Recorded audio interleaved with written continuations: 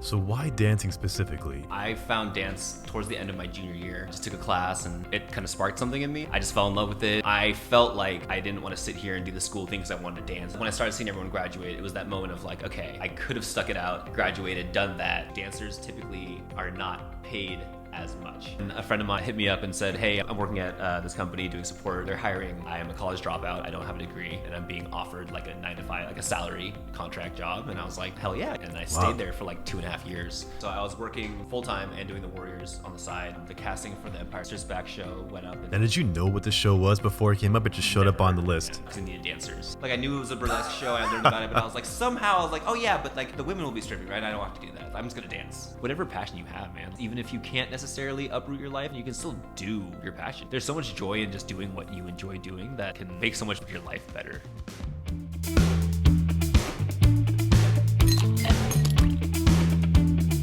Thank you everybody for joining me on today's episode. I am sitting here with Jin Kim, who is a local hip-hop dancer who used to dance for the Golden State Warriors, also does many team dancing throughout the Bay Area, and was recently featured as the sexy Han Solo in the parody of Star Wars called The Empire Strips Back. There we go.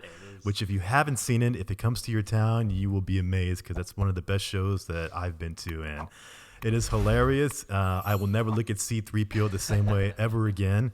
And I'm so thankful that Jim was able to come out here today to speak with us. And he's got a lot to talk about regarding the industry, auditioning process for anybody there who wants to get into acting or dancing and what that whole experience is like. And also, he's spent plenty of time in the tech sector. Being in San Francisco, most of us here do work in tech, so be interesting to see how that goes. So, Jin, thank you so much for coming on, and I really appreciate you being here. Absolutely, I'm happy to be here. And I'm thankful that this is it's been what 2 or 3 months since I've seen that show, and the fact that I'm able to speak with you about that experience is so exciting because not only did I enjoy it, my wife, but all of our friends enjoyed it. So I'm speaking through them that show was amazing, and you were one of the main stars of the show. Great experience. So actually, what I wanted to get into first is, before we get into all the specifics, why don't you give me about a minute spiel about who you are and where you come from, and we'll go into it from there. Yeah, definitely. A minute to sum up my life. No, I identify mostly as a dancer. I grew up most of my life in Marin County, so just north of San Francisco.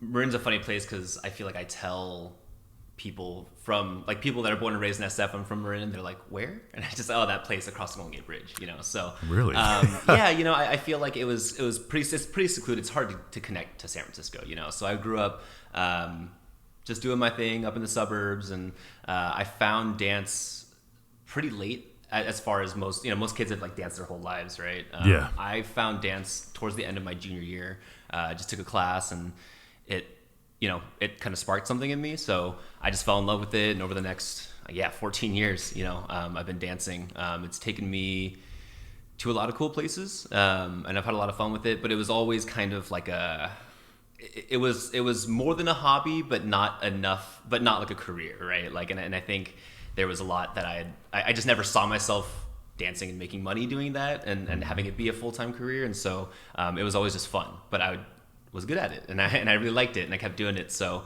that led me through a bunch of stuff I'm sure we'll get into, but to where I am now, where I worked a 9-to-5 for a while and was back and forth, but eventually made the choice to quit my job, actually about a year ago, roughly today, and decided to pursue dance full time. So I can call myself a full-time dancer, and with that, I'm just trying to venture into anything else in performance and stuff. So I've been looking up acting jobs, modeling.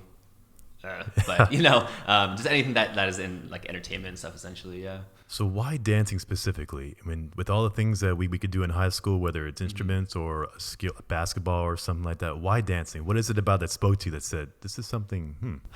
Man, I think there's so many things to it, right? I think the biggest thing for me was that it was this outlet that I could I think very similar to acting. I think I always just talk about it as like becoming a character, right? And so I was very typically like a shy, awkward kid in high school, right? Like that was me. And so it allowed me to kind of be something that I felt like I couldn't be most of the time, that just wasn't me necessarily, whether it was like a cool, or a sexy dance or like being something that's a little more like raw, like you know, whatever it is. And these things I didn't necessarily feel like I portrayed in my day-to-day life, but I could when I was dancing.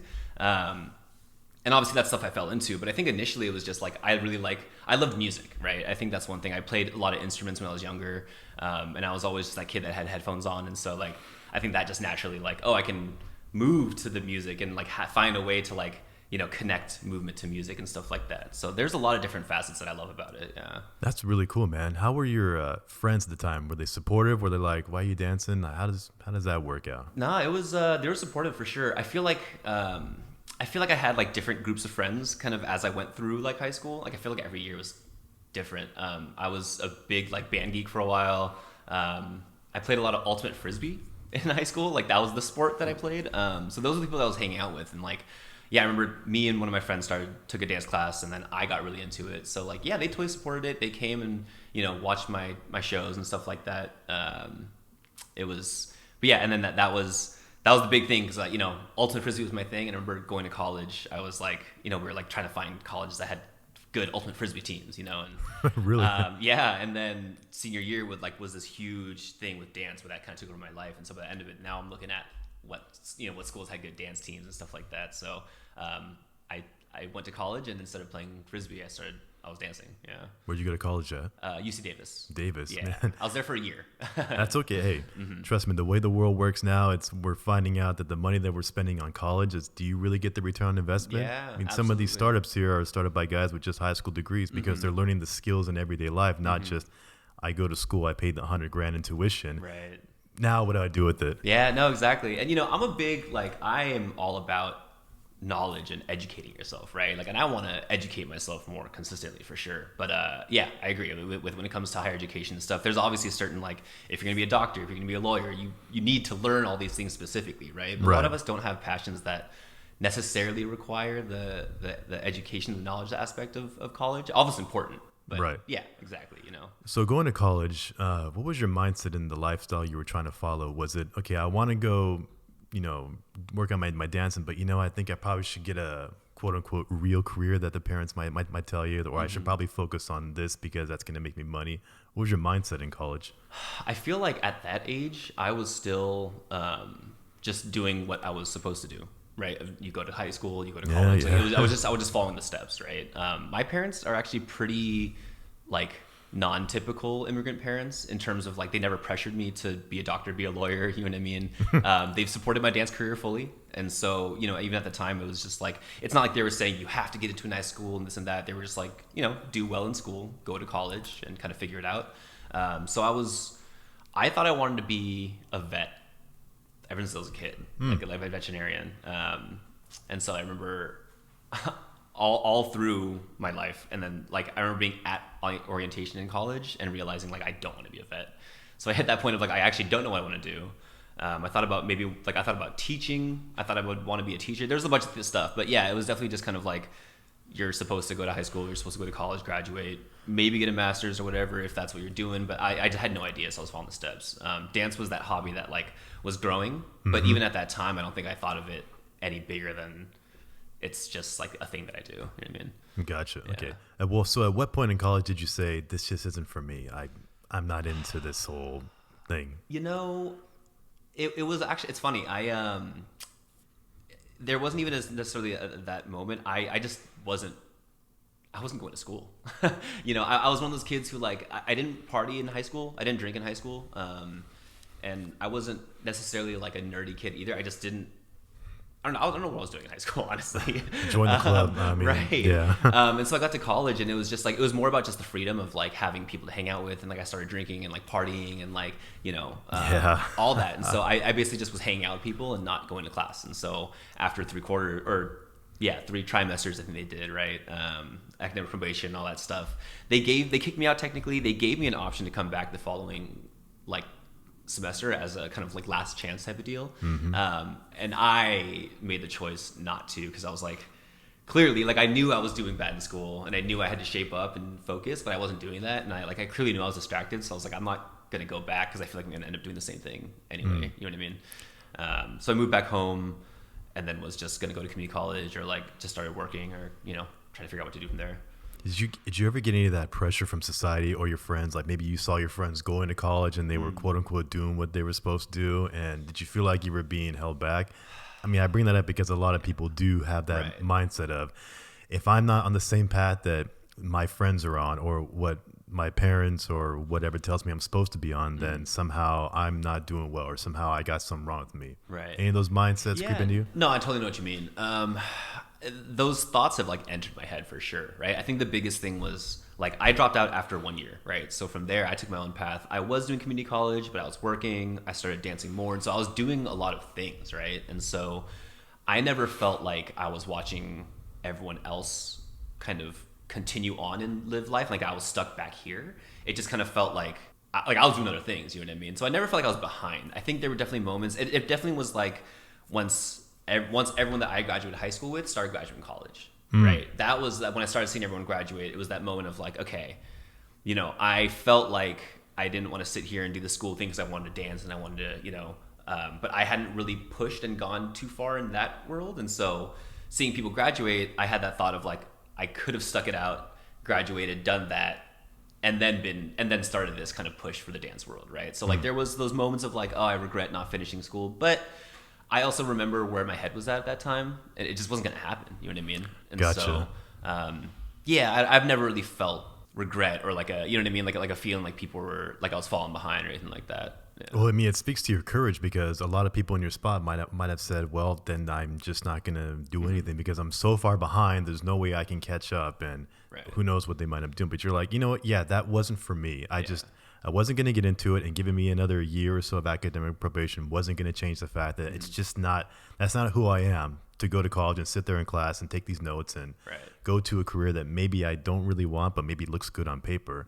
So at that point, what was the shift where you said, okay, now I'm going to either focus on dance, or here's where I'm going to now? You know what's funny? Like, so when I came back from school, my parents were basically like, you know, they had a college fund set up for me, and they had obviously a plan for me to go to school, right? Yeah. So they were basically like, if you're not going to school, we're not gonna pay to support you to live at home and just do nothing. You know what I mean? So it was either go to school or leave, right? And so I tried community college for a while, it didn't work out. So then I decided to move out. So I moved out, and I like worked. I worked at Hollister. I've worked every job. I've worked retail, food service. Like I've worked every job you can think of, honestly. Just trying to make ends meet. And after about like a year of that, I was like, this sucks. I wanted to get a degree to at least be able to get like a you know, not have to work a retail job the rest of my life, right? So yeah, I've probably spent 6, 7, 8 years in school, like in higher education, but it's always been like I would go back for a semester because I was motivated. I would do really well. After that first semester, my motivation, you know what I mean? I kind of losing it, and I'm like, and so I've gone back and forth because I've wanted to, again, right? Like I understand the value of education.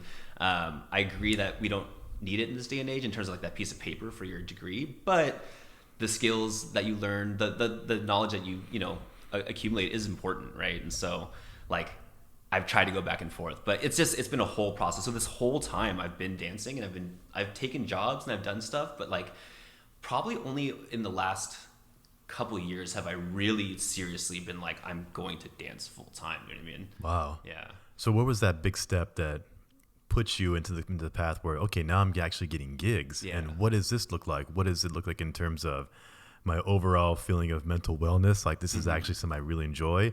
And then how does that change your ability to make ends meet financially if you're not really getting paid a lot to do the gigs? Right. Yeah. Cause I mean, all the stuff beforehand was like, because the dance was always on the side, I had a job to like pay my rent and stuff, right? And so the first gig I got, I remember being like, you know, someone just paid me to dance. Like I would that was fun. I would have done it for free, you know what I mean? But it wasn't that feeling of like, oh, I'm sustaining a lifestyle here, right? It was like I just got paid to dance like $100. That's cool, right? What year was this? Oh man, I'm trying. The first time I ever got paid to dance, I don't even know if I can think of it. It had to have been maybe like 2013, 2012, around that time. I think it most likely would have been. So I was dancing for a team called Groove Against the Machine. There's a studio called In the Groove Studios in Oakland, and so that's where they're based out of. Gotcha. And you know, being on the team, sometimes people would come to them and say, "Hey, you know, we have we need dancers for a commercial, something like that. I'm assuming they would just reach out to a studio, right? Assuming they have dancers. And so a couple times our team would say, hey, we got a gig. They need 4 dancers, whatever it is. We did club shows sometimes. So that might have been the first one. But again, it was like through my dance team, they pulled us out of it to do a gig. So it didn't really feel like it was me going out there and getting dance work. You know what I mean? Yeah. And so the biggest one for me probably was I did a backup, kind of a different team I was dancing for called Project M. Same deal. Our director says, hey, I got approached by someone. They want backup dancers. It was for a local guy who was doing music. He was making his own music, right? So we did a concert at Union Square. He did maybe like 4 or 5 songs that our director choreographed and we danced to. We backup danced for him. And then he took it. It was supposed to go on a tour to China.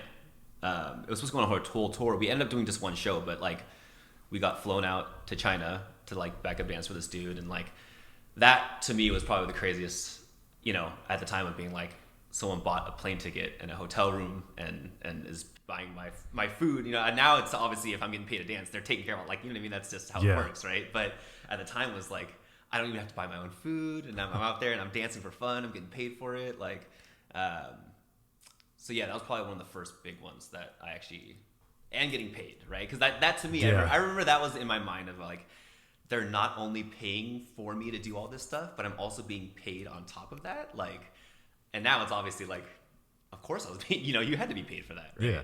Well, how does that experience change your mindset to say, I'm getting paid X amount of money, they're paying for my hotel, I'm going to China or I'm going overseas, and they really love what I do for a living. Like, does it click differently in your mind where you say, this could be a thing where if I invest in it a specific way and I go down this path, I could be that? What would you say, like, actual percentage of dancers that make it in the industry? Like the top 5%, top 1%? Man, that's probably a number that I can't honestly even. I would have to. It would just be an estimate or like a guess at this point, just because I'm not so far into the industry at this point that I don't know how many people are out there, really putting in really really good work that aren't getting booked. You know what I mean? Gotcha. Well, pretty much at that point in your life, do you say, okay, this could be a thing, and now I really want to go headfirst into it? Definitely, yeah. So that opened up that possibility for me. In 2015, I actually I moved down to LA. So a buddy of mine hit me up and said, hey, I'm starting a little business. I know you want to move to LA and dance and stuff like that. So like come down and, work for me. I'll have a job and like housing, all that stuff set up for you. So it seemed perfect. I moved down and, he had started a business, right? So I basically ended up spending all my time kind of working and doing that. And when I was off, I was tired. So I was in LA for a year and I probably took like 3 dance classes. You know what I mean? So at that point, I was just really unhappy. I realized, I was like, why am I down here if I'm not even dancing? And so after that, I moved back home. So yeah, like I had a brush with it, but whenever I tell people I moved down to LA, like I always have to give that caveat of like, I can't even really say that I really tried, right? Because I never even got a chance to get out there and audition and do the classes and stuff. I just was doing something else when I wasn't down there. Is it a different vibe down there? Yeah, definitely. Yeah. The few experiences that I had were eye-opening for sure. Yeah. So pretty much what you might think of everything when you go to LA, if you're doing any sort of acting, dancing, like it's a different cutthroat environment where now you may not be even in the top 10%. Like you're going against the best of the best. You got people coming from all over the world, young too, right? Like I did one gig when I was out there, and I was talking to one of the female dancers, and the makeup and the dress and everything, I assume she's like in her 20s, and this girl was like 16 or something like that. But she told me that she had, like, her parents flew out and moved to LA with her to try and get her into the industry. You know what I mean?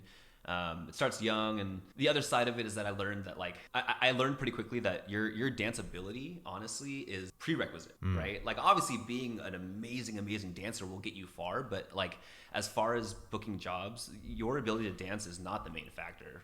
You know what I mean? Unfortunately, at least I don't feel like it is, right? It's very much like the people and your look and what they're looking for too. That's all just back to spec, right? So it's not totally biased. Sometimes they just need like diversity, right? So they're looking for a specific number of ethnicities to kind of like make sure that they are diverse in their cast and stuff like that. But yeah, I just I remember I did a gig and the guy I met that was kind of like the captain or whatever. He wasn't a bad dancer, but he wasn't. Like watching him dance, I wasn't like that impressed, right? I mean, he was able to do the choreography fine, but there was nothing that was like stand out to me. And through talking to him, I found out that he had just moved to LA like a year before, had never danced, but like, you know, he knew a bunch of people in the industry that were like, you should come and do this. So he was out there booking gigs, you know what I mean? And so, yeah, I was just kind of like, man, like at that point I had been doing it for 7-8 years, you know? And so I'd already felt like, you know, I've been doing this work, right? And so, yeah, it's just like anything else in the entertainment industry, right? I mean, I believe it. I mean, I hear that story. I know, and people told me this, and I didn't really pay attention until I actually looked at the person. But like Beyonce is known that when she has dancers, she only wants specific type of people in her group. And when you start paying attention, like, all right, yeah, okay. You know, for whatever reason she has, it's a specific group within her dancing gig. Maybe they're not the best overall, but they fit with what she wants. Right. So you could have dancers here who are 10 times more talented, but if they don't check the boxes, it kind of doesn't matter. They're like, you're not going to get a gig with her. You might get a gig with somebody else, but that's not, you know, if you wanted to go dance with her, they're like, sorry, you don't meet the check boxes. Right. You can't change certain things about you. Yeah, and it's entertainment, right? I mean, it's like you're putting your face on camera. I get it to a degree, but it's one of those things where it's like like there's someone I know who's like an amazing dancer, but like they just don't. Not to say that they're not attractive, but they just have like they don't stand out, right? I don't want to say that they look generic, but like, you know, they don't have like a unique look, right? And so it's just kind of like they kind of get passed over a lot in auditions, despite being a great dancer. It's just like there's someone else who has a unique look that just kind of stands out and gets booked because they'll look good on camera. You know what I mean? Right. So, I mean, on paper, that whole thing we're talking about now sounds like it would be a discouraging thing for a lot of people, especially a wake-up call. If you go to LA, hey, this is how it really works. So how do you power through that?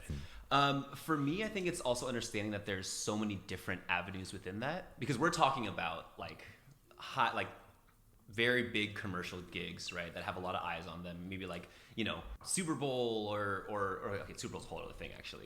we can get into the Super Bowl dance thing. There's big drama around that this year. But yeah, you know, we're talking about big commercial stuff, right? But Warriors, for example, has nothing to do with they're purely looking for how skilled you are of a dancer, right? And so like even within Hollywood and commercial, I'm sure there's gigs that, like if I think about it, I'm sure like going on tour, right, and backup dancing with someone. Like we talked about Beyonce, but I'm sure there's a lot of other artists that like your big focus is having really good movers on stage, right? If you're on camera and it's like your face and stuff, they may not be so worried about that, but yeah, there's all different avenues, right? And so when you see when you see the big gigs out there, is the money really a reflection of your skills? I don't know yet. So those gigs, those typically come through agencies. I feel like, so where I'm at right now is I'm looking to like submit to agencies and try and find an agent. But I've been submitting solo to gigs just through a website called Backstage. You know, it's just like a casting website where anyone can post. So anything from, I think Empire was posted on Backstage, the gig that I was just doing, to like student films. Like I did someone's, you know, thesis film last week.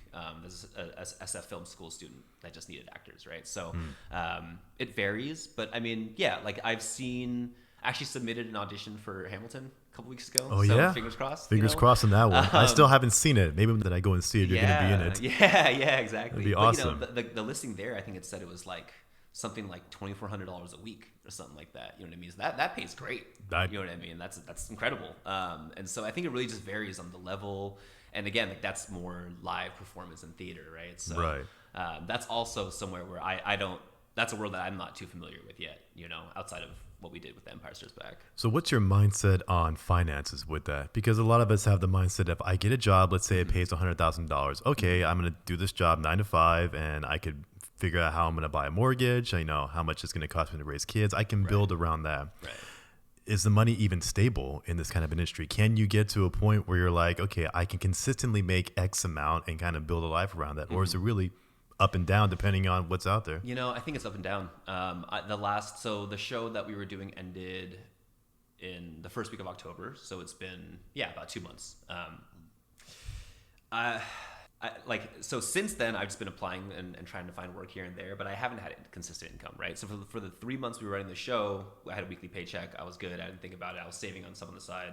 And then the last couple of months, like, the funny thing is with this type of work, all these gigs that you're applying to and stuff, they have like the pay rate out there, right? And so it's like I'm looking at like, oh, that's an $800 that I could potentially have. So here's my application and maybe I'll get the gig, you know? So it's like you see how much you could be making in the month, and then if you don't get any of those gigs, then that's no, you know what I mean? So it's very It's stressful for sure. I think before, so to get into the finance thing, I used to work for a startup that actually went public this year. So a big reason of why I actually was able to like make that leap to quit my job last year was like I heard it was happening. I had all these plans. It was basically like, okay, cool. I did the math. I have enough shares to like sell to give myself roughly like a year's salary, right? So the plan was to be making as much money as I was when I was working full time in tech, and just focus on dancing. That stock kind of tanked, so that plan went out the window, right? Yeah. And so I'm still going forward with my plan, just without the cushion. You know what I mean? And so, yeah, it's not easy. You know, it's you kind of got to make things happen as you go, and there's still excitement in it though. Like I literally got an email this morning that I booked like a commercial gig, and like That's awesome. it's crazy that like for like a week I'm like stressing about like, you know, I'm like trying to eat at home as much as possible, and like I pay attention to my finances, and then I book, and all that's gone. Like all that stress is gone. Like, okay, cool, I booked a gig. Like I'm Gotcha. and then I know in a couple weeks it's gonna. So it's a constant thing. And I remember talking to someone on. I did the pilot of a show once, and I was talking to one of the actors on set, and he was, you know, he was a husband, father of two, I think he said.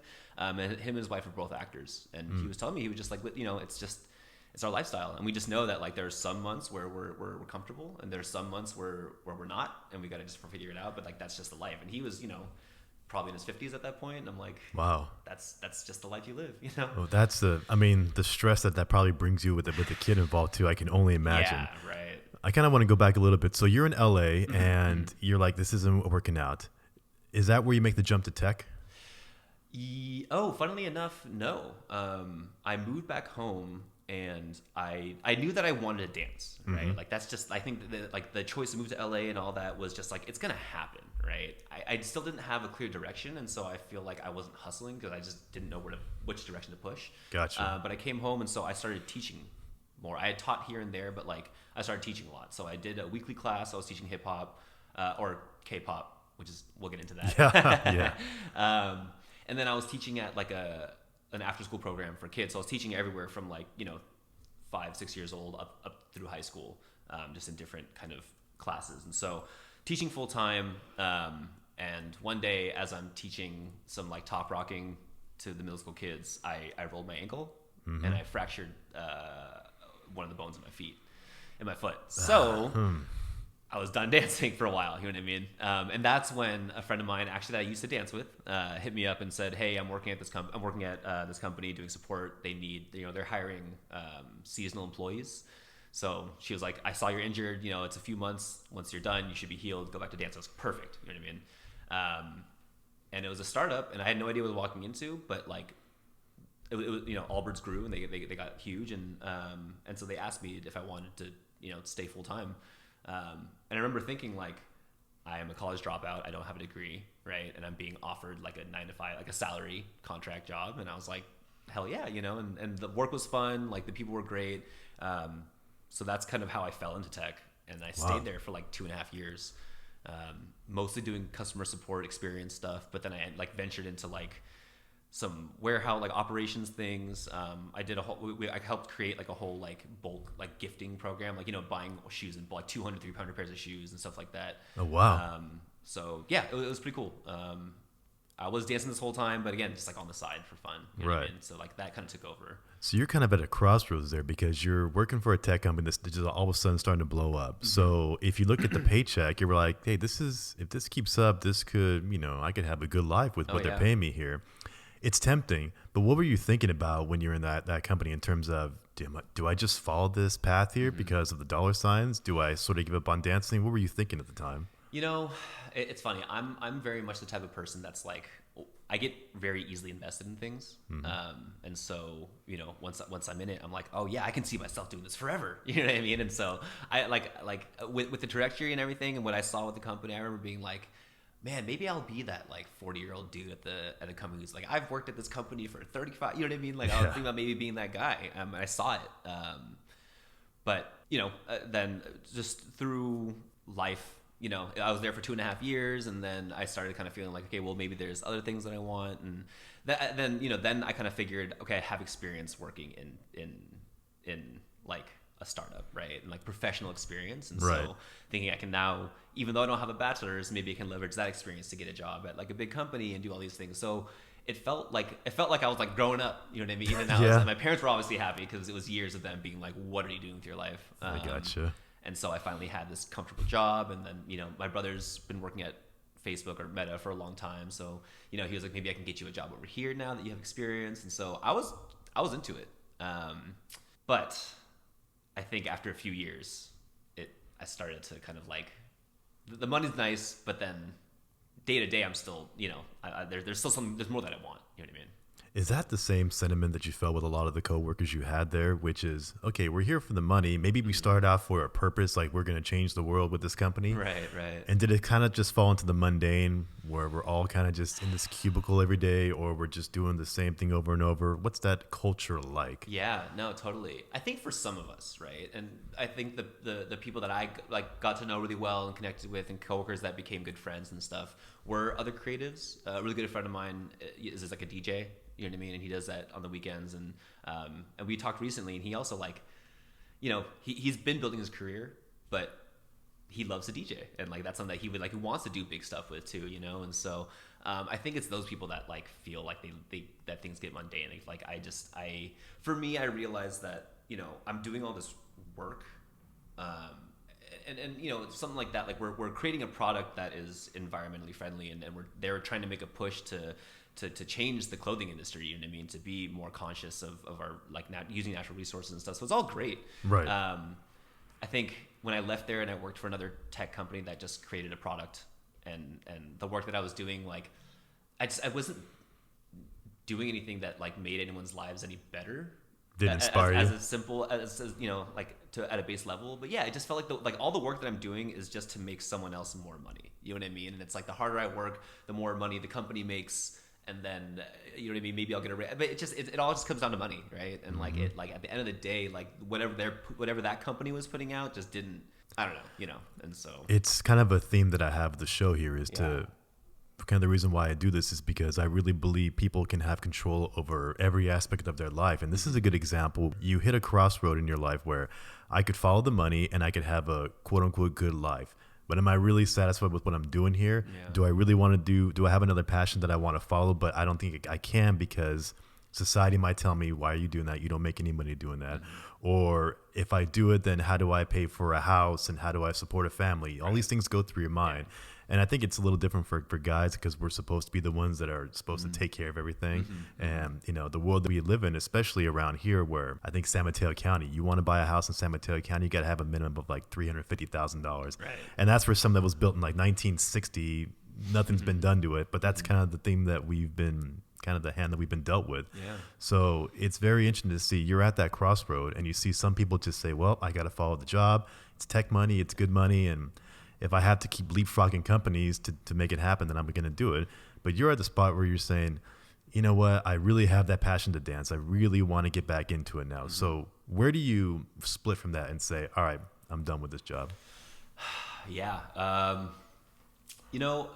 It's funny actually. I feel like, so one of my jobs, I legit had essentially I had like a mental breakdown. You know what I mean? Like I was working at this job and I was stressing over it. And I hit a point where I just was like, no. Like I didn't show up for work. I like turned off my phone, my email, everything. You know what I mean? I just like holed up in my apartment for like a couple days. Ended up having the cops called because my manager like was worried about me. You know what I mean? I literally just disappeared off the map. You know what I mean? And like police showed up at my door, and like my landlord like opens the door, and I'm like sitting in my apartment just in this like depression huddle on my couch. You know what I mean? And I'm like, I'm fine. I just couldn't do it anymore. And obviously that led to me quitting, and like I just. And I didn't know what it was. It's one of those funny things, right? Where like I think when you're like when you just really just can't do something, you just don't want to do something, or when it's just this work that like is so difficult for you when it's really not that difficult, right? It would be like sending an email. Like all I had to do was send an email, and for like I wouldn't send it for a week, and I'm sitting there thinking about the email I need to send. I'm stressing about it, but like I couldn't bring myself to just open it and type it and send it. You know what I mean? And It was things like that just piled up more and more and more. And I think part of it was, like I had allowed myself to fall behind on work, but it was also this question of like, why can I not bring myself to do something? When I think about it, I know it's not difficult to do, right? But it just felt impossible to do. And I got so caught up in it, and then everything just kind of like collapsed. And so after that, I took some time off and I moved back home. I think that was like that was right before the pandemic, essentially. So it kind of worked out, right? So I moved back home, moved with parents, and then was just kind of trying to find myself for a while. Again, found work. Cause I've always been the type to like, I've always found work for myself one way or another, right? Like when I was like, I think 16 is the legal working age, right? When I was 15 and a half, I remember reading something that said some places will let you work at 15 and a half. So I was out there trying to apply. I've always tried to work and make money for myself. And so I always, I've always found a way one way or another. And so. Well, interesting, because when you made that decision to move back home pre-pandemic, at any point, I'm just curious, were you thinking about, at the time you were how, like 25, 26? That was, something like that. So were you ever thinking about, I should probably, or I have a desire to get married and have kids and start a family? Or was that even a priority for you where you're like, right now I'm just focusing on me, or what, not in a bad way, but like I really want to get my thing going? Because some people have that whole conundrum. I'm supposed to get married. I'm supposed to have kids. I'm supposed to have the house. My parents are always bugging me for grandkids. Is that what I'm supposed to do? And then how do you prioritize that? What were your thoughts on it at that time? So for me, it's funny, I always say fatherhood is something that I'm more interested in than marriage. In terms of, I've always known that I want to be a dad. Marriage is something that like, I'm not against marriage at all, but like, I think I've had a lot of different relationship experiences to the point where I've been like, I'd be okay if I ended up not being married to anyone, but I always wanted to have a kid. So that's been there. I think for me, I'm like, I still feel young enough that I'm like, I have time for it. Also just don't have anywhere near enough money to be able to like settle down, right? And like establish a life. So yeah, I think there's part of it being me focusing on what I'm doing with my life and wanting to do all that. But also, that's something that like I want, but I feel like I still have time, You got plenty of time, trust me. I'm 39 years old, and some people think I look like I'm 31 because I'm like, man, you don't look 39. It's like, because I kind of understand, for me, I have to keep taking care of myself because I'm going to have to last longer. I think a lot of the mindset comes is, you look at our grandparents' generation, and beyond that, it was, you get married young, you have kids young, and when you get too old to work, now your kids take care of you. Yep. That's your social security, that's your retirement, is you live in the same house, now you take care of their kids, and the cycle just repeats itself. Right. And we're living in an area where we don't do that over here. For better or for worse, it's I move out the house, I get married, I have my family, I have my retirement, my 401k, my 457b, whatever, my pension, my social security, and that's my retirement. Right. And it's a different mindset than a lot of people who are first generation over here. It's like, that's not how it was done back in where I grew up at. So trying to those two just ideals, it's hard for people who are first or second generation here to really figure out which one is for me. Do you go that route, or do I go this route? I mean, I bring that up because it's something that we all think about around here, is like, which one am I supposed to do? And it affects how your career goes. It affects which job you take. Do you follow your passion? Yeah. So for anybody who's thinking about, like, if they want to follow a dance passion and they're having that same conundrum, it's really interesting to find out how your mindset is with that. That's something I think about a lot, for sure, right? Is understanding the sacrifice that our parents made for us as immigrants to come here, and just their mindset, right? And understanding why it's such a common theme for immigrant children to get pressured into like, a stable, high paying career, right? Like it's always be a doctor, be a lawyer, that kind of thing. And the way I look at it is that I think there's the two opposing sides are, my parents sacrificed everything for me, right? All of their wants and dreams and happiness, essentially, right? They came to America for the American dream, to have money, and so that I wouldn't have to struggle, right? So do I do the same thing and essentially honor that, right? And do the same thing for my future? Or is it that my parents struggled so that I don't have to do that? You know what I mean? And like, in order for me to have the freedom to pursue a passion of mine, right? And so again, like, I understand that my parents are very atypical, but they've always supported me in dancing, and my mom always talks about how when she was young, she like wanted to learn how to play piano or like wanted to try sports, but she was too poor, right? And like, her parents couldn't afford to have her do those things. And so with me, like, you know, obviously she wants me to be stable and she doesn't want to see me hungry and homeless, but at the same time she wants to see me like be able to try the things that I want to try and enjoy doing, you know what I mean? Same with my dad. Yeah. And so I think that's probably because they've been supportive in that way. That's kind of how I viewed it. But yeah, I totally get like the filial piety, right? And feeling like I have to like honor my parents and kind of do the same and make the same sacrifices. But then when does that end? You know what I mean? At what point do we say stop ignoring your passions in order to be secure and make money? You know what I mean? Like it feels like you're like building a bomb shelter. You know what I mean? You have all the security and stuff, but like you're not living your life, right? So. Well, I think you're speaking to a lot of people by saying that, because I'm sure a lot of people think that and they're never going to say it because they don't want the backlash that's going to come with it. So they just sort of hold it in and they just do what they're supposed to do. And then it may come out in the wrong way later on down the line. Right. But it's a big crossroads there. Yeah. So now let's get into more of the fun stuff. So at what point, where we're at now, you're back at home, it's pre-pandemic. Where are we at now with dancing? Oh man. At that point, okay. So I started dancing for the Warriors, when I started working at Tile, actually. So I was working, full time and doing the Warriors on the side, had the whole breakdown and all that stuff, but the Warriors was always there. So when the pandemic hit. Okay. Yeah. So how many years with the Warriors total? I did 3 total. 3 years. Yeah. Awesome. Okay. My first season got cut off by COVID essentially. So, you know, we started around like September, October, right? Once it hit March, we were about to get into finals and the dome and all that, but then it got cut off. And so during the pandemic, we were lucky because a lot of dance teams, a lot of entertainment teams in the NBA just didn't have work because there was no in-person games. Right.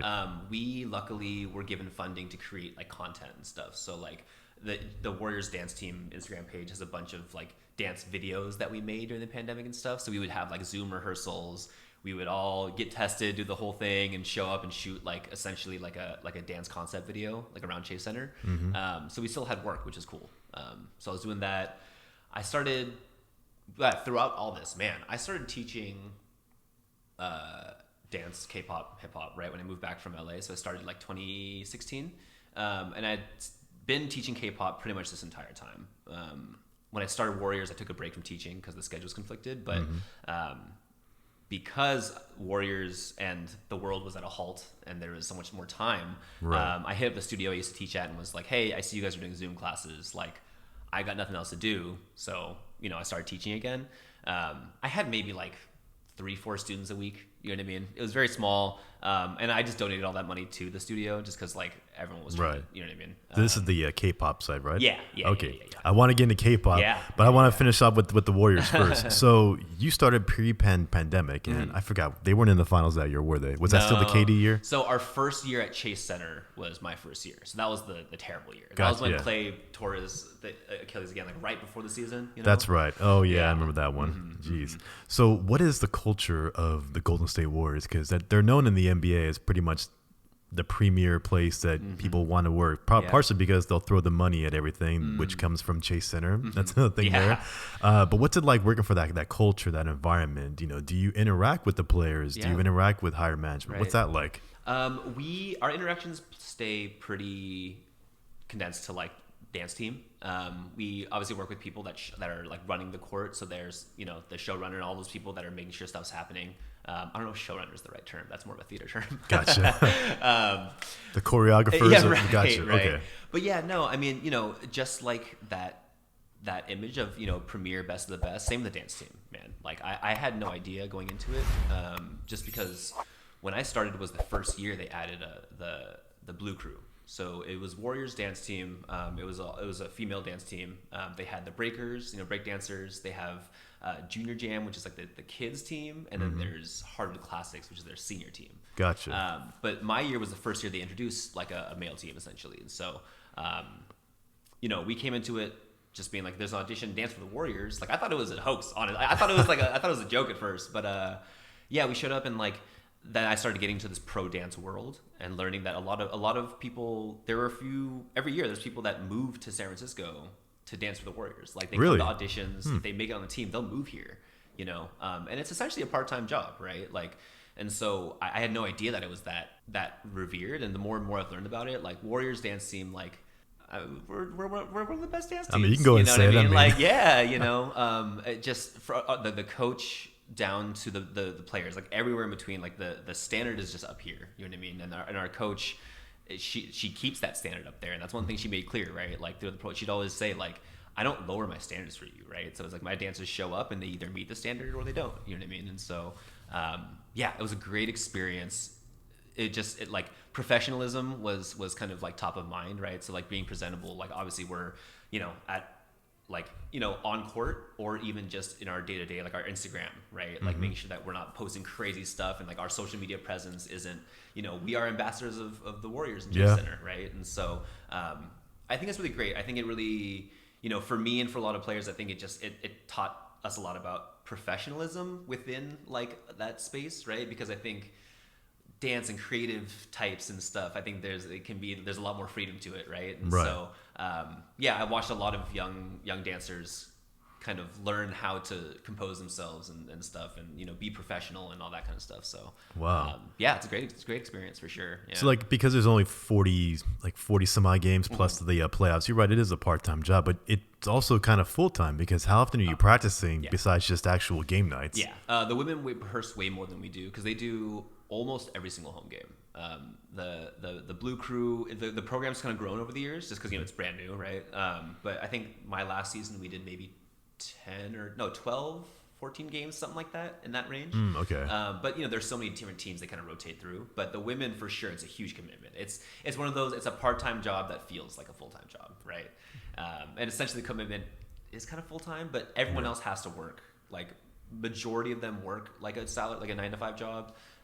Others will work, part-time jobs here and there, but like it's not enough to sustain. Obviously, living in the Bay Area. I heard that about the Raiderettes cheerleaders back when we had the Raiders in town, which is my hometown team for anybody who doesn't know. See, is that NFL cheerleaders were getting paid squat, but they were working with all especially the Dallas Cowgirls. They're like the premier one in the NFL, which is they have to be on point with so many different things, and financially, it may not be reflective of what you think that much time and effort actually is. Yeah. I don't know if it's different in the NBA teams compared to the NFL teams, but for the fact that the women in this dance crew still have to work full-time 9-to-5 jobs, what's the lifestyle like when you're working 9 to 5 and, oh, by the way, now you have to come to practice later on today and you're probably already tired from whatever job you actually do. Yeah.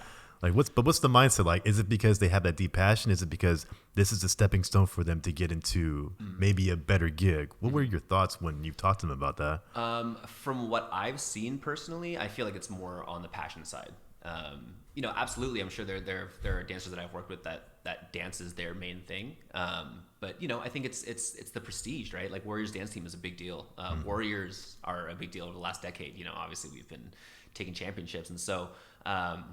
I think it's a good question, right? As far as, is this something where people view as like getting experience to step up? I'm sure it's a thing, right? Actually, one of my old teammates is now a Dallas Cowboys cheerleader. How about that? And so I've seen them kind of go off and in this other industry, right? Kind of where I talked about we talked about the commercial, and this is like pro sports and dance and stuff, like NBA, NFL kind of thing. It's unfortunate, but it doesn't pay enough to sustain, a lifestyle, right? And that's something that's not specifically to pro dance. I mean, when I've been looking at a lot of gigs and stuff, right? I've been looking at cruise line gigs, for example, entertainment. Singers are always paid more than dancers, and in other industries too, dancers typically are not paid as much, right? And gets me why, the physical demand and everything like that. But right. So it's not necessarily like a pro dance issue. It's just an issue. So like without specific, you probably can't name numbers specifically, but let's say the Warriors, premier NBA dance team in the entire league, and we're in San Francisco Chase Center, money in theory is not really an issue for them. But if you're doing it part-time, like what are the odds that you can even survive on that? Is it something where like you probably are living at home with mom and dad, you probably are eating top ramen for dinner? What's the lifestyle like with what they're paying you? Right.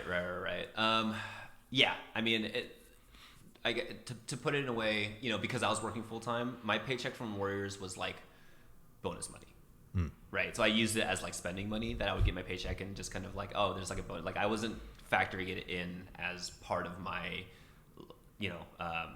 what is it? I can't think of the word right now. It wasn't budget. part. Gotcha. Yeah, like okay. it wasn't part of my budget. You know what I mean? And so yeah, it's there are students, there are people that live at home with their parents. It's hard to say, but it's definitely not anywhere near like you would need that plus a part-time job that pays that you work fairly often. You know what I mean? Gotcha. Yeah. I mean, in a way, it makes sense. I could see why it's done that way. It's just something I think. Do people understand that when they get in there, or do they think, I'm gonna if I shine more, then the pay will compensate me?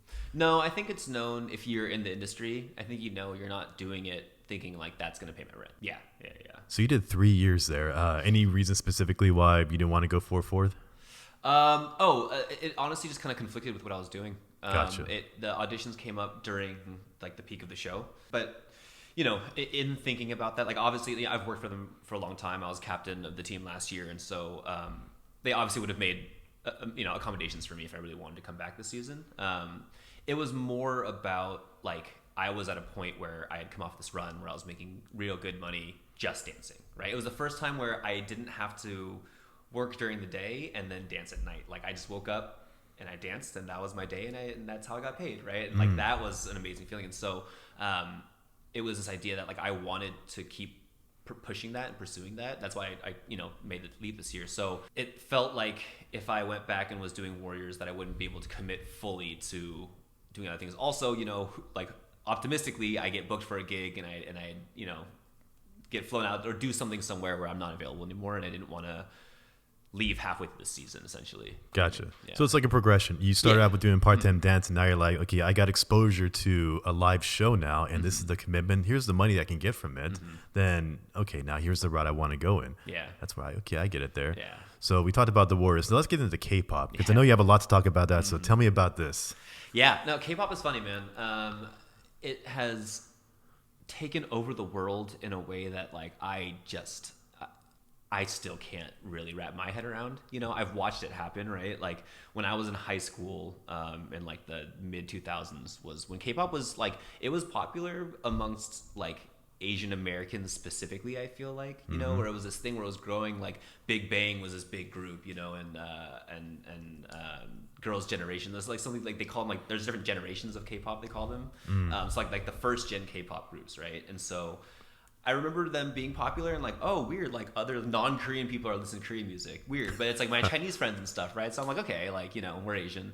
And over the years, I've watched it progress to now it's worldwide. It's in commercials and like movies, soundtracks and stuff. It's crazy. Who's that popular one now? And the boy brown BTS. Okay. I keep calling B2K. That's the generation I Which, grew up. hey, exactly. I mean, like, I think one of the biggest reasons I felt slightly averse to K-pop was that, like, yeah, I grew up with like NSYNC and Backstreet Boys and all that, and so like it felt like a cheesy regression to like the boy band days. Like I'm imagining the all white and the wind blowing and all that kind of stuff. Yeah. And so like when I saw K-pop blow up, I was like, okay, but it's cheesy though. Like we've established that that's cheesy, right? Like, but here we are. You know what I mean? I guess people love cheesy. Yeah, to a degree, absolutely. But yeah, no, K-pop's grown, and it's just this like it's a formula, right? They've got it's a perfect formula they've got down, right? Like every group, no matter what sound you have, like they're all pop music, right? So they all have a rapper, a singer, like dancer, whatever. Like even like the really cutesy, like the girl groups that have like their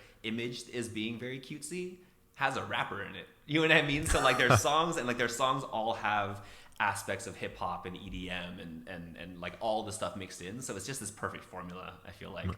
But yeah, as far as me and K-pop, I don't listen to K-pop, man. Like I'm just, yeah. That's interesting because you've been teaching this for a while, and you would think if you're teaching something like that, you have a passion for it, but you're kind of the opposite. Yeah, it really came down to I wanted to teach a hip hop class at the studio, and they had a lot of hip hop classes already, and K-pop was kind of blowing up, so they were like, "What about a K-pop class?"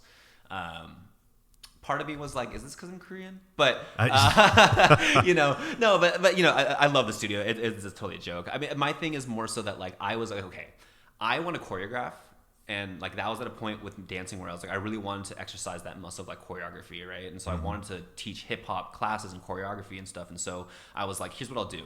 I'll find Korean music, like Korean hip hop essentially, right? It's like, yeah, technically it's Korean music, but like I'm not going to teach BTS and all these like popular groups. I'm going to search and find like a Korean rapper that has like a dope beat, like something that I would listen to that's hip hop, but it just happens to be Korean.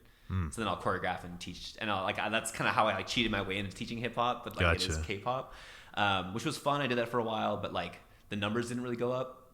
And once in a while I'd be like, I'm going to teach this BTS cover, and then I have like 30 people in class. You know what I mean? So really? Oh, yeah. so, I mean, listen, like when it comes to K-pop specifically, right? Like you see this all the time, K-pop dance classes, and like there is no like technical style of K-pop dance, right? Like when we talk about hip hop or ballet or house or whatever, K-pop is, I mean, it's just the dance from the videos, right? Like and let's teaching the choreography from the music videos because people want to learn the dances and copy it. And so over time, I essentially just only teach covers now because that's what people want to learn. I mean, I guess if the demand's there, then Yeah. so much. Right. But it's not really something that you like. You teach it, but this is not something you want to pursue in terms of whether it's joining a K-pop band or whether it's Yeah, I don't think so. It's funny, like when I was younger, I probably would have, right? Because again, like I started dancing when I was 18. I didn't really get the idea of doing anything professionally with dance until I was in my mid-20s, right? So as far as K-pop industry, dude, they take them when they're like 14. Wow. You know what I mean? They take them mad young. They basically take really young, talented kids and they train them for like 4 or 5 years in a group, and they like polish them and make them perfect, and then they release them as a group. You know what I mean? And so like it's that.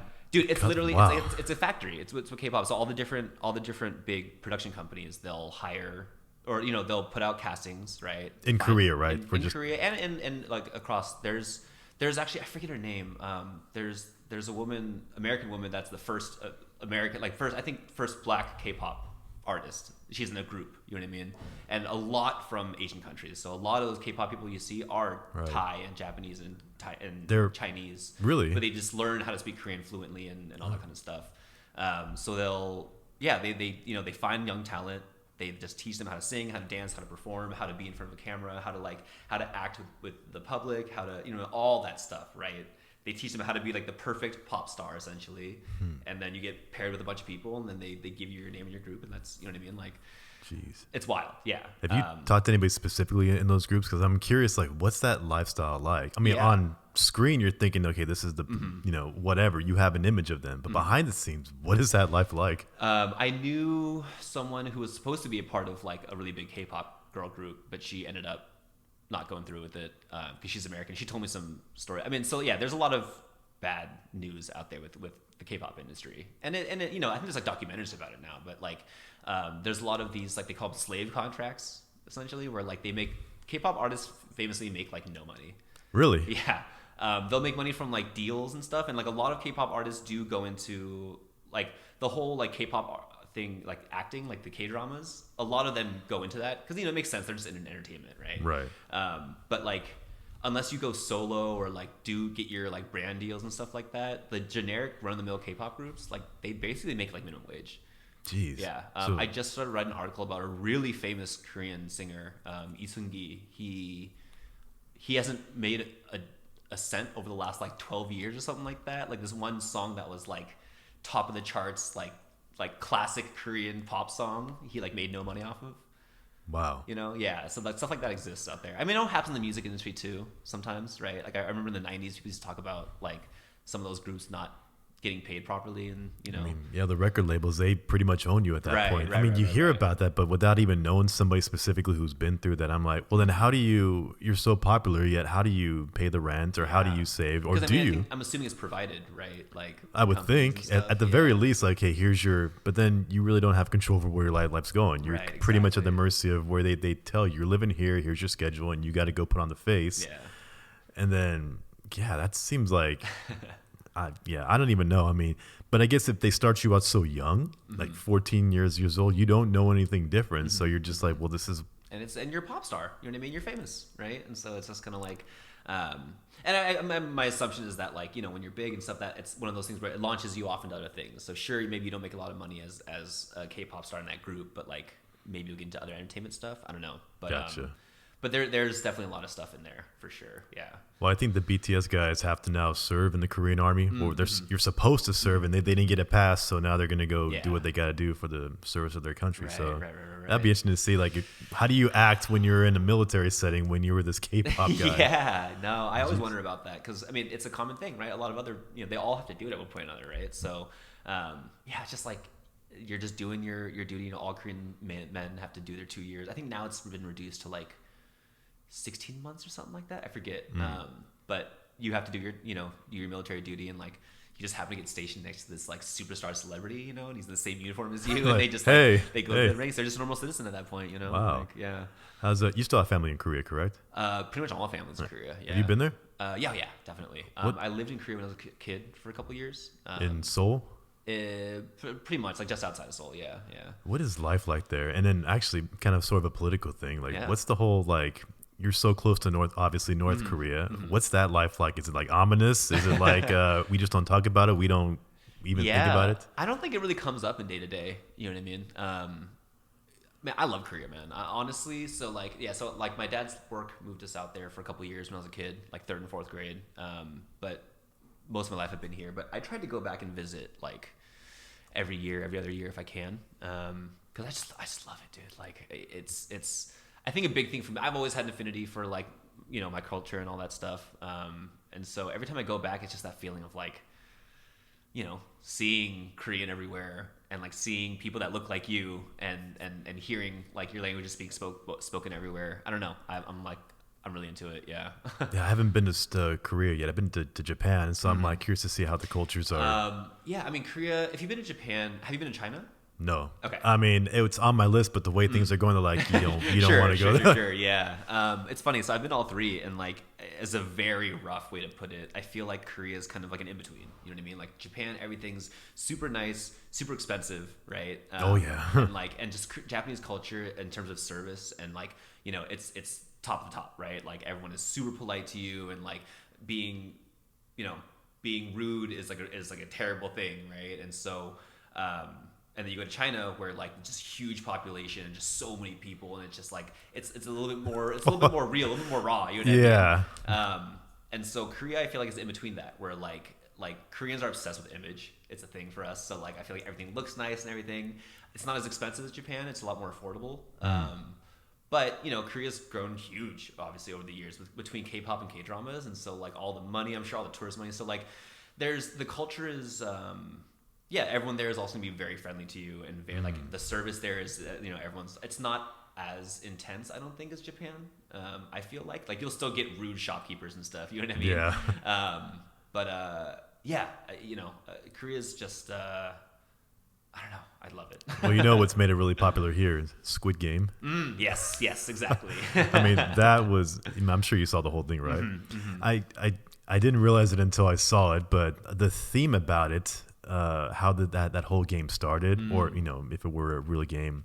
I looked into it. I'm like, holy shit! I mean, that's actually because they talked about how so many people there are in debt, like to nth degree. Like we think we have bad, you know, debt here. We look at our debt calculator in America, OMG, right. But there it's on a whole different level. And then to be able to take that and then create this show about how desperate people are to get out of that and what they could do. Again, it's all fiction, but the theme is actually still there. Like living there, like, is that something that's even thought about just, you know? You know, it's hard to tell. I lived there when I was a kid in like 99, 2000. But every time I go back and, you know, I try to like read up on news and research what's going on out there. We've had some trouble with leadership over the last like decade or so. They had a president kicked out because she was getting advice from like an evil shaman woman. I don't know, something like that. There was a lot of stuff going on. But like, yeah, I mean, I've read a lot about like elder homelessness in Korea. That's like a big problem. And so, yeah, you know, I think with any country where you have a big capitalist boom, you know, and people are making lots of money, like, there's the downside of that, right? Where like there's people struggling a lot.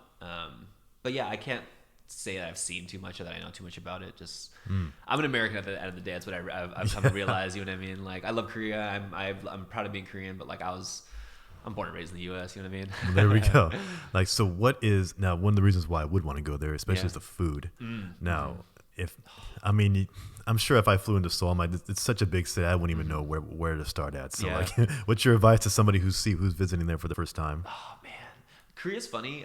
There's no like Yelp in Korea. You know what I mean? Like there's a app that kind of does that, but it's very much like a word of mouth type of place. But man, like you gotta try the street food for sure.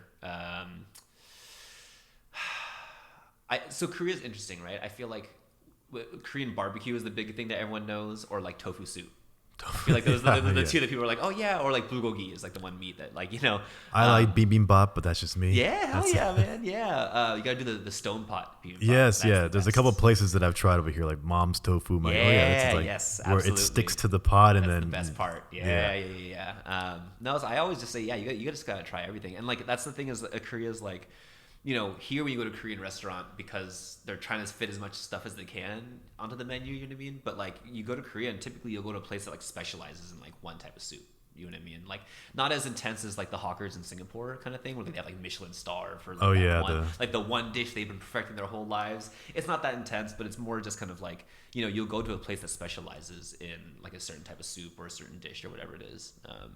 But yeah, it's all just kind of like word of mouth. You go around like, where's the best, oxtail soup around here or whatever, and they're like, oh, there's a place around the corner you got to go, and that's how about that? Kind of way, yeah. Well, I'll be sure to reach out to you if I ever end up going to Korea because the local people who have been there can tell me all the good stuff that I would never find on my own.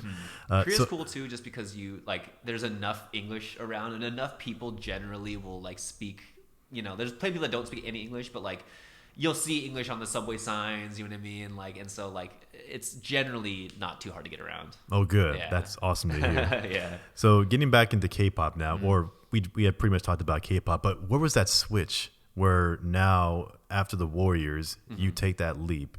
And then pretty much what I'm getting to is how did you get into The Empire Strips Back? Yeah, man.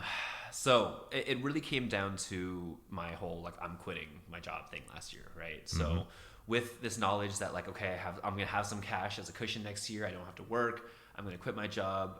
What am I gonna do, right? And at that time, I didn't know. I was like, you know, I don't love K-pop, but like it's what I've been doing. I'm good at it. I've come to learn that like I'm a good teacher, right? And I really enjoy teaching. And so like my strengths as far as dancing are like like dancing and like teaching. Choreographing I can, but like I've learned that that's not a strength of mine, right? Got it. It's just what it is. But with teaching, like I enjoy it and I like getting people to like breaking things down and I've had plenty of bad teachers. So like it's helped me fuel the want to be like, you know, a great teacher. And so I was like, you know, everything's online, pandemic, everyone's doing this thing, right? So I was like, I'm gonna start a YouTube channel. So I bought a bunch of basic equipment, like a little recording mic, and I just figured my phone's good enough at this point, right? Got a ring light, the whole thing. Yeah. And so I was gonna make tutorial dance video, like K-pop videos on YouTube, because I was trying to find like a need somewhere, right? Like my dance skills and where can I contribute it? And I looked up on YouTube. Everyone loves to learn these K-pop dances, and there's a lot of tutorials that exist on YouTube, but like none of them to me felt like they were doing the justice of like really teaching the movement, right? It was a lot. I noticed a lot of K-pop fans that were not necessarily trained dancers, but like were good dancers, and they had just done the K-pop dance thing for so long, they started teaching tutorials, right? But like I noticed there was something missing of like the terminology and just like the base understanding of like someone who's trained in dance to be able to like explain to someone, not just like you're gonna move your arm here and then through here, but to like explain how that should feel, right? And like just gotcha. the stuff you learn in a dance class essentially, right? And so I made about 2 videos. I did the same thing where I was like, I'm gonna buy this equipment, I'm just gonna learn how to do it, video editing and all that kind of stuff. It was fun, but I did that for the first couple months. I think I made like 2 videos because I came to learn that making videos takes a long time. Just a little bit. Man, it's crazy. Just a little bit. Listen, I have to take a little, divergent. I have so much more respect for influencers. Like, I know that term influencer has this like connotation to it. People are like, oh, you're an influencer. But like, look, the amount of time it takes to to shoot all that content and edit it together, and it's a lot of work. You know what I mean? Tell me about it. Yeah, I know you know. You know what I mean? Yeah. So much more respect for that, for sure. You know. Appreciate that, especially when you don't have a producer. If it's all you by yourself. All yourself. Yeah, it's you have to really be passionate about it. Otherwise, you're gonna get yourself into the situation where, why am I doing this again? Nobody's paying me to do this, and then you get cynical about it. But when you find something you actually enjoy doing, then you'll make time for it. Yeah. You'll put in the work for it. You'll learn how to make it better as best as you can actually do it, which is the same thing with like a lot of companies that start up. You build it yourself. It's all you. It's your passion project. Right. And I encourage you to, if you still have a passion to do it, to keep doing it. And eventually, nobody knows you at first, but over time, it's like compound interest. If people are in the banking industry, you start out like this, nothing, it's not going anywhere. All of a sudden, it starts to build up. Right. You don't know when that time is. So you have to be consistent with it. Exactly. No, it's definitely just go out and learn, and keep working on. But yeah, so like that's what I was doing. I was figured I'll do this, and then with the mindset of like, okay, I'm gonna look into finding other dance jobs. Right. I met my girlfriend in February. We started dating. The casting for the Empire Strips Back show went up in like May or June. I forget exactly when. And did you know what the show was before it came up? It just showed up on the list. Never heard of it. She signed to an agency here in SF. So she got the casting call. Ironically, someone else in our Warriors group had heard about it. So it had been kind of pushed out because they needed dancers. So they were like, hey, if you guys are interested, apply to this thing. I had never heard of it. For some reason in my mind, I thought I had convinced myself that I wouldn't be stripping. Like I knew it was a burlesque show. I learned about it, but I was like, oh yeah, but it's the women will be stripping, right? I don't have to do that. I'm just gonna dance. I don't know why I was so convinced of that, but yeah. So it was pretty simple. They just wanted a video reel on like your resume, so I like cut together a video reel real quick of just some of the stuff that I've done, and sent it in. And then I had a video meeting with the director, and yeah, it just happened. Wow. Yeah, it was pretty crazy, but like. I think also, there were a lot of factors, right? Like I had heard that they were having trouble finding people because San Francisco is not the place for like dancers. Yeah, it's really not, right? Like as far as entertainment industries for booking jobs, it's all, in LA or like other places, right? They exist here, but like mostly small performance gigs and stuff like that, right? Like there's no major movies being shot out here very often, at least, or like there's not a lot of big castings for stuff. Oh, you didn't see Keanu Reeves driving around downtown for Matrix? For Matrix, I did. Well, I talked to some guy. I have a buddy who's actually, or a buddy of a buddy who's a stunt double. So he was telling me about working on which Marvel movie was it? Avengers? No, Ant-Man, when they're doing all the stunts in the city. Right, the city, yeah. So it's like, oh yeah, we exist out here. But when they need us, they say, hey, we're going to be out here shooting, so who's out there? And then they call all these stunt companies like, all right, we'll do the local work. I'm like, oh, it's just, so they're available when they need to shoot in San Francisco. It's just finding when they're going to have the gigs out here. Right. So as far as finding good dancers and stuff like that are doing this and are fully available, it's hard to find, right? Because I'm sure there are people that would have wanted to do it, but work full time and dance for fun. And so this was, we did it 6 nights a week. You know what I mean? So now I would think that would make you more desirable if because there's how many theaters we have in San Francisco, like 6, 7, or whatever they're all called. They're always booked, and they always need people. It sounds like, well, if there's not a plethora of people like there is in LA, then the few that there are would be the ones that we're trying to get. Is that kind of how it is? It's a good question. From my experience, because so much of what I did with dance in the Bay Area was just like teams, right? And so we just did it all for fun. My girlfriend calls them weekend dancers. Of just like you dance for fun on the weekend, but it's not your full time, and it's So yeah, as far as like the theaters, I feel like most of those are shows that there absolutely are theater companies here in the Bay Area. My girlfriend's worked with SF Batco. It's it's a San Francisco Bay Area theater company. Yeah, and they're relatively new, but they've been putting on shows at the Bravo Theater in the Mission, and so they exist out here. But yeah, I just feel like it's so niche, and for me, what I want to do at least with dance is definitely more like big commercial performance kind of stuff. Like I've always wanted to I just want new experiences. I want to travel. You know what I mean? Can't blame me there. Yeah. I had an offer to dance on a cruise ship gig, which is something I've always wanted to do. I ended up turning it down for other reasons, but but yeah, like just stuff like that. Like that's something that I would absolutely like love to do. You know, It's awesome. I mean, listen, Korea. Like I've been telling my girlfriend, I'm like, if I could find a way to get out there with some type of dance gig, like I'd pack up and leave tomorrow. You know what I mean? That's awesome. You never know. I mean, Yeah. you put yourself out there eventually. Yeah. So, okay, so you audition for the show. They tell you about it. Again, this is The Empire Strips Back now. And okay, do they assign you the role and say, or you're gonna say you're gonna be doing all these different parts here? You know what's really funny is that the casting call was really confusing. They were looking for two people. They were looking for Han Solo and a Chewbacca. But they also had Jabba the Hutt listed in there for some reason, and the listing itself was confusing, right? And so for a second there, I thought I didn't know who I was auditioning. I thought I was just submitting for one of these roles, and they would just place me. I thought I might have to be Jabba the Hutt. I didn't, and then we found out Jabba's a whole other thing. That's not even one person, you know. So yeah, in my conversation with the director, and creator, he started talking about like these are the things that the Han Solo role will entail, and this and that. So like. It was one of those. I thought it was supposed to be like an interview to see if I would get the role, and like halfway through, I was like, "It sounds like I've already gotten the job." Because he was already talking about like, "I'm just gonna have to work with you on these things," and I'm like, "Okay, so it sounds like I have the job, you know?" right? Yeah. But yeah, no, I definitely came in as Han Solo specifically, and there's a lot of like the face characters that have full on masks and stuff that they just kind of need to fill as they go. So like they had a lot of main roles that like were cast essentially between the dancers, and then it was a lot of like, okay, well, who can we have in this costume, or who can we fill in for this background character, you know? So we're constantly running around and hopping in different scenes and stuff. Yeah. Wow. So how's the experience? Well, how many weeks of practice before the first show? Man, the launching process was rough for sure. So it's originally from Australia, right? And so the creator, his choreographers, and some other people flew in. I think it was 2 weeks before the show. Almost all got COVID. Oh yeah, that's right. So, you know, the only person who didn't have COVID was our assistant choreographer.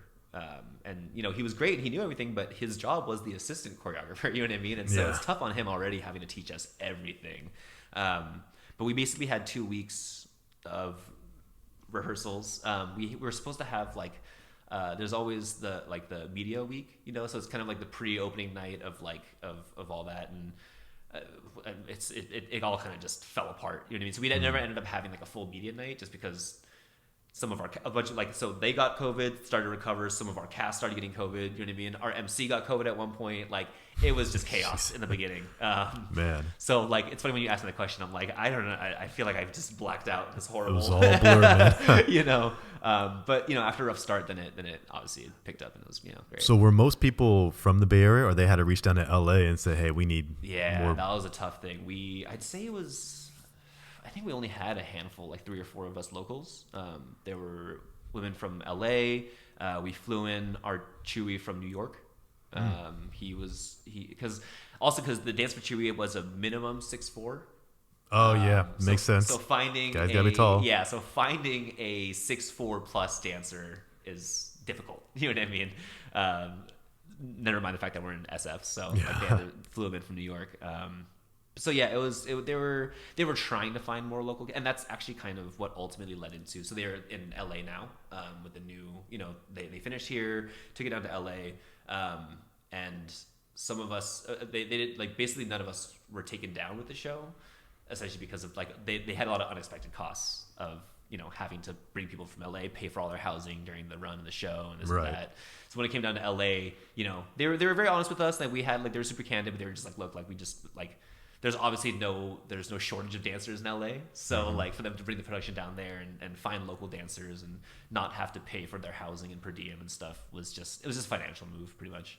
Would it have been something where you said, hey, I'll go down there on my own dime as far as I rent my own house? We thought about it. My girlfriend and I were both joking a lot about, like, maybe we'll just, you know, rent a place and just be like, hey, we're locals now, so what do you think? You know what I mean? Well, it makes sense. So this show lasted, what, 4 months? 6 months? About 3 months here. It got extended for it was supposed to be 2 months, I think, and it got extended for an additional. Just how popular it was and the hype around it? Yeah, pretty much. It's awesome. Yeah. I mean, it's what's the guy's name that created the show? Russell Beatty. Russell Beatty. Yeah. I mean, he really created something that was really memorable. I mean, I had heard about it, and a couple of my friends went to it first, and they told me, it was like, the greatest shows, they couldn't stop laughing. They were never looking at characters the same way again. I said, you know what, I got to go check this thing out. And I get there, and sure enough, it's an experience that I'll never forget, seeing how they took these Star Wars characters. And I'm not like a diehard Star Wars fan. Like, I don't know, wasn't like the guy that waved at the lightsabers. It's like I saw it in the theater when I had a chance to. I don't collect figurines or all that stuff, but still going in there, I'm like, I hope this doesn't ruin my impression of Star Wars going forward. And I gotta tell you, I mean, the creativity, the way that they were able to spin characters, and you see them in a whole different light, and it was a very awesome show to be in. I think you stole the show for a lot of people. They're like, that Han Solo guy didn't. Yeah, man. I mean, it's wild for sure. Just I remember the process of learning it and kind of seeing it come together and just being like, what are we doing? Like Russell's famous quote is he always likes to say that he's very serious about being very silly. You know, and so like the premise of his show is absurd, and the things that we're doing, like it's meant to get a laugh out of you, right? To have fun. But he's a professional. He's all about the entertainment, and like he thinks of all the details. So he wants it to be a good show, and like be silly. But you know, sometimes things can be silly to the point of like it's like you cross the line. Yeah, or like they just don't care, right? To the point of like, oh, we're just silly, and like even if it's funny or not, like it's just kind of whatever. Like he's like, oh no, this is gonna be a great show.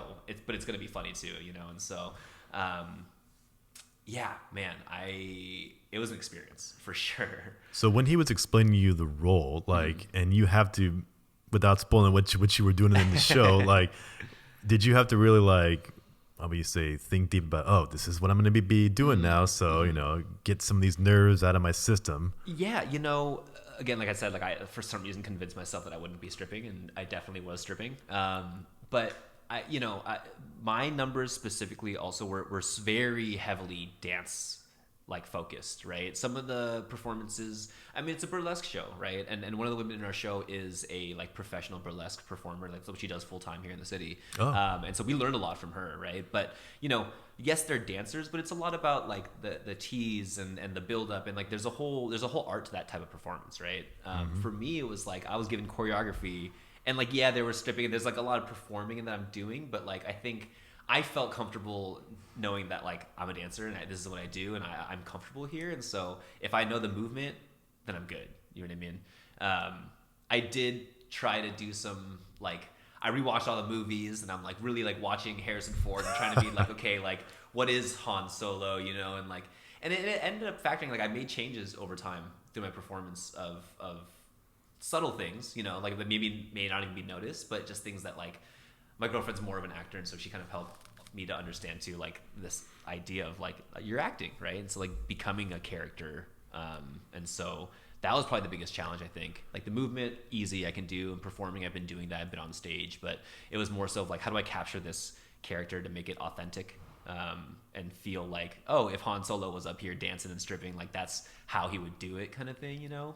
That's very impressive that you took that step to say, what a lot of actors do is I have to get into the character. Who's this character I'm playing? You know, they were a U.S. president. Well, how were they in real life? And you studied them, and you kind of had to become them. So for you to take that step to say, what did Han Solo really do? What's Harrison Ford like as a person? What was his character like? And incorporate that into the show. It kind of is what makes it so good, because then it just amplifies your dance ability. It amplifies the performance, and it makes the show that much better when you can see a link to the real character or even the real actor from the movies in the person who's doing it in the show. I think that's one of the things that make it, because you can't put your finger on it as an audience member. You just see it and you're like, oh, that's him. Exactly. It clicks, but I can't tell you why. I just know it does. You kind of feel it. And on top of the fact that like, you know, I'm Asian, you know what I mean? And so like stepping out and like being an Asian person playing someone who's played by a white guy before, you know what I mean? Like Han Solo is such an iconic character that like I felt like, okay, like if I'm gonna sell this and like I want to do a good job, you know, obviously just to do a good job, but also to kind of like represent for Asian people and be like, you know, it's just the character that you're looking at here, right? Like yeah, like my face doesn't match what his face looked like, but if I can still play that character and give you that experience, then I'm doing my job. You know what I mean? Exactly, man. So when the final show happened, and I didn't see the final show. Did you guys do anything special for that last one? As far as like the show itself, no, I feel like we kept it pretty. You know, our MC was saying, obviously, like every in between, you'd be like, "This is the last show," this and that. I I'd always wanted to do this to the run because there's a part where I come from the back of the audience Yeah. and run up to the stage, and so I pulled my phone out on like selfie and I took a little selfie video coming down the aisle. I don't know, but yeah, and that's again kind of a testament to like Russell's professionalism, where he's like, I've seen it before where the last few runs people start to get a little, try something new or like, whatever. But he wanted it to be like, we're still giving the same show. You know what I mean? Like we need to give that same level of a show. So we didn't do anything crazy, but yeah, I'm trying to think. Well, how about the experience afterwards with all the performers when you're like, this is the last of it? Did you guys do like a big group absolutely. together Yeah, afterwards? We had a little party after, we did a whole collection with everybody together. But yeah, no, it was, it was just a cool experience. I think for me, this is the first time I've ever done a lot of things. Actually, it's the first time I've, been paid full time for dancing, right? It's the first time I realized one big thing for me was it's the first time I've done a single performance multiple times. We did 100 times actually in total. But I used to always do like Warriors, right? We build a piece of choreography, we perform it on court, and then we don't.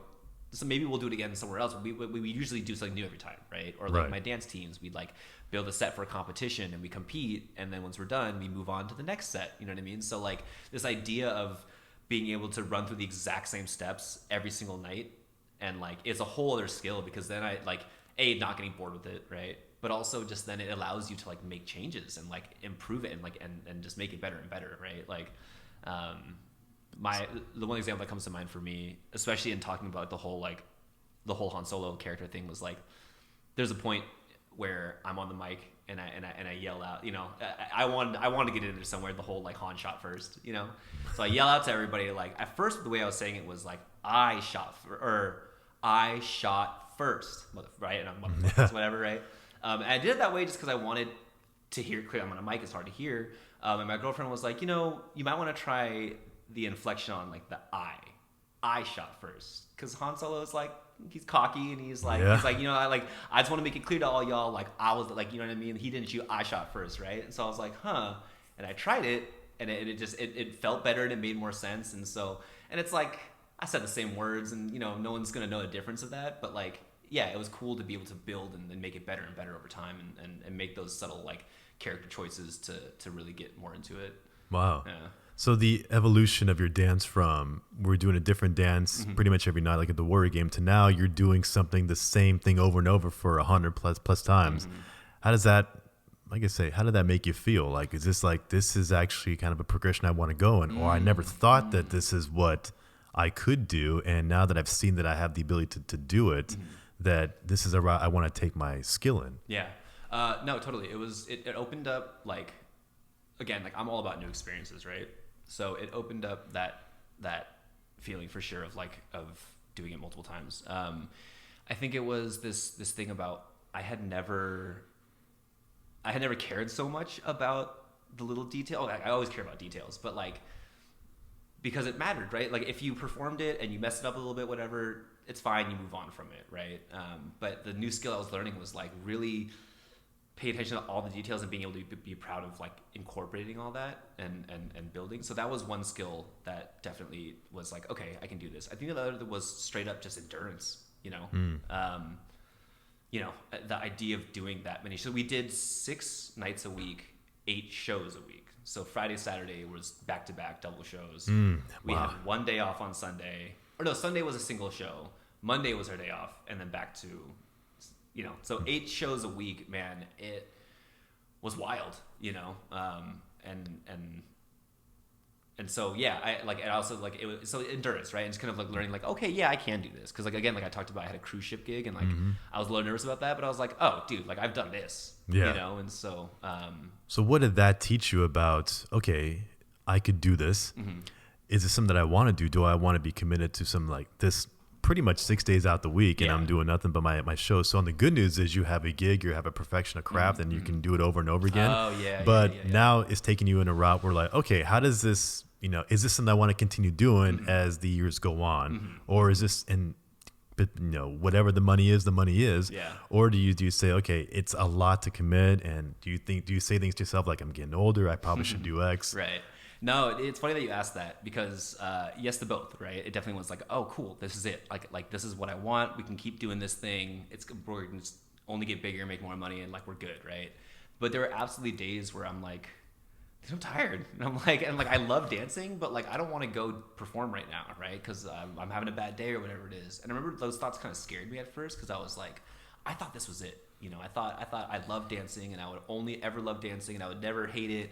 And so even just the thought of like, oh, maybe I don't see myself doing this every single day was like, oh no, you know what I mean? Then now what, right? Yeah.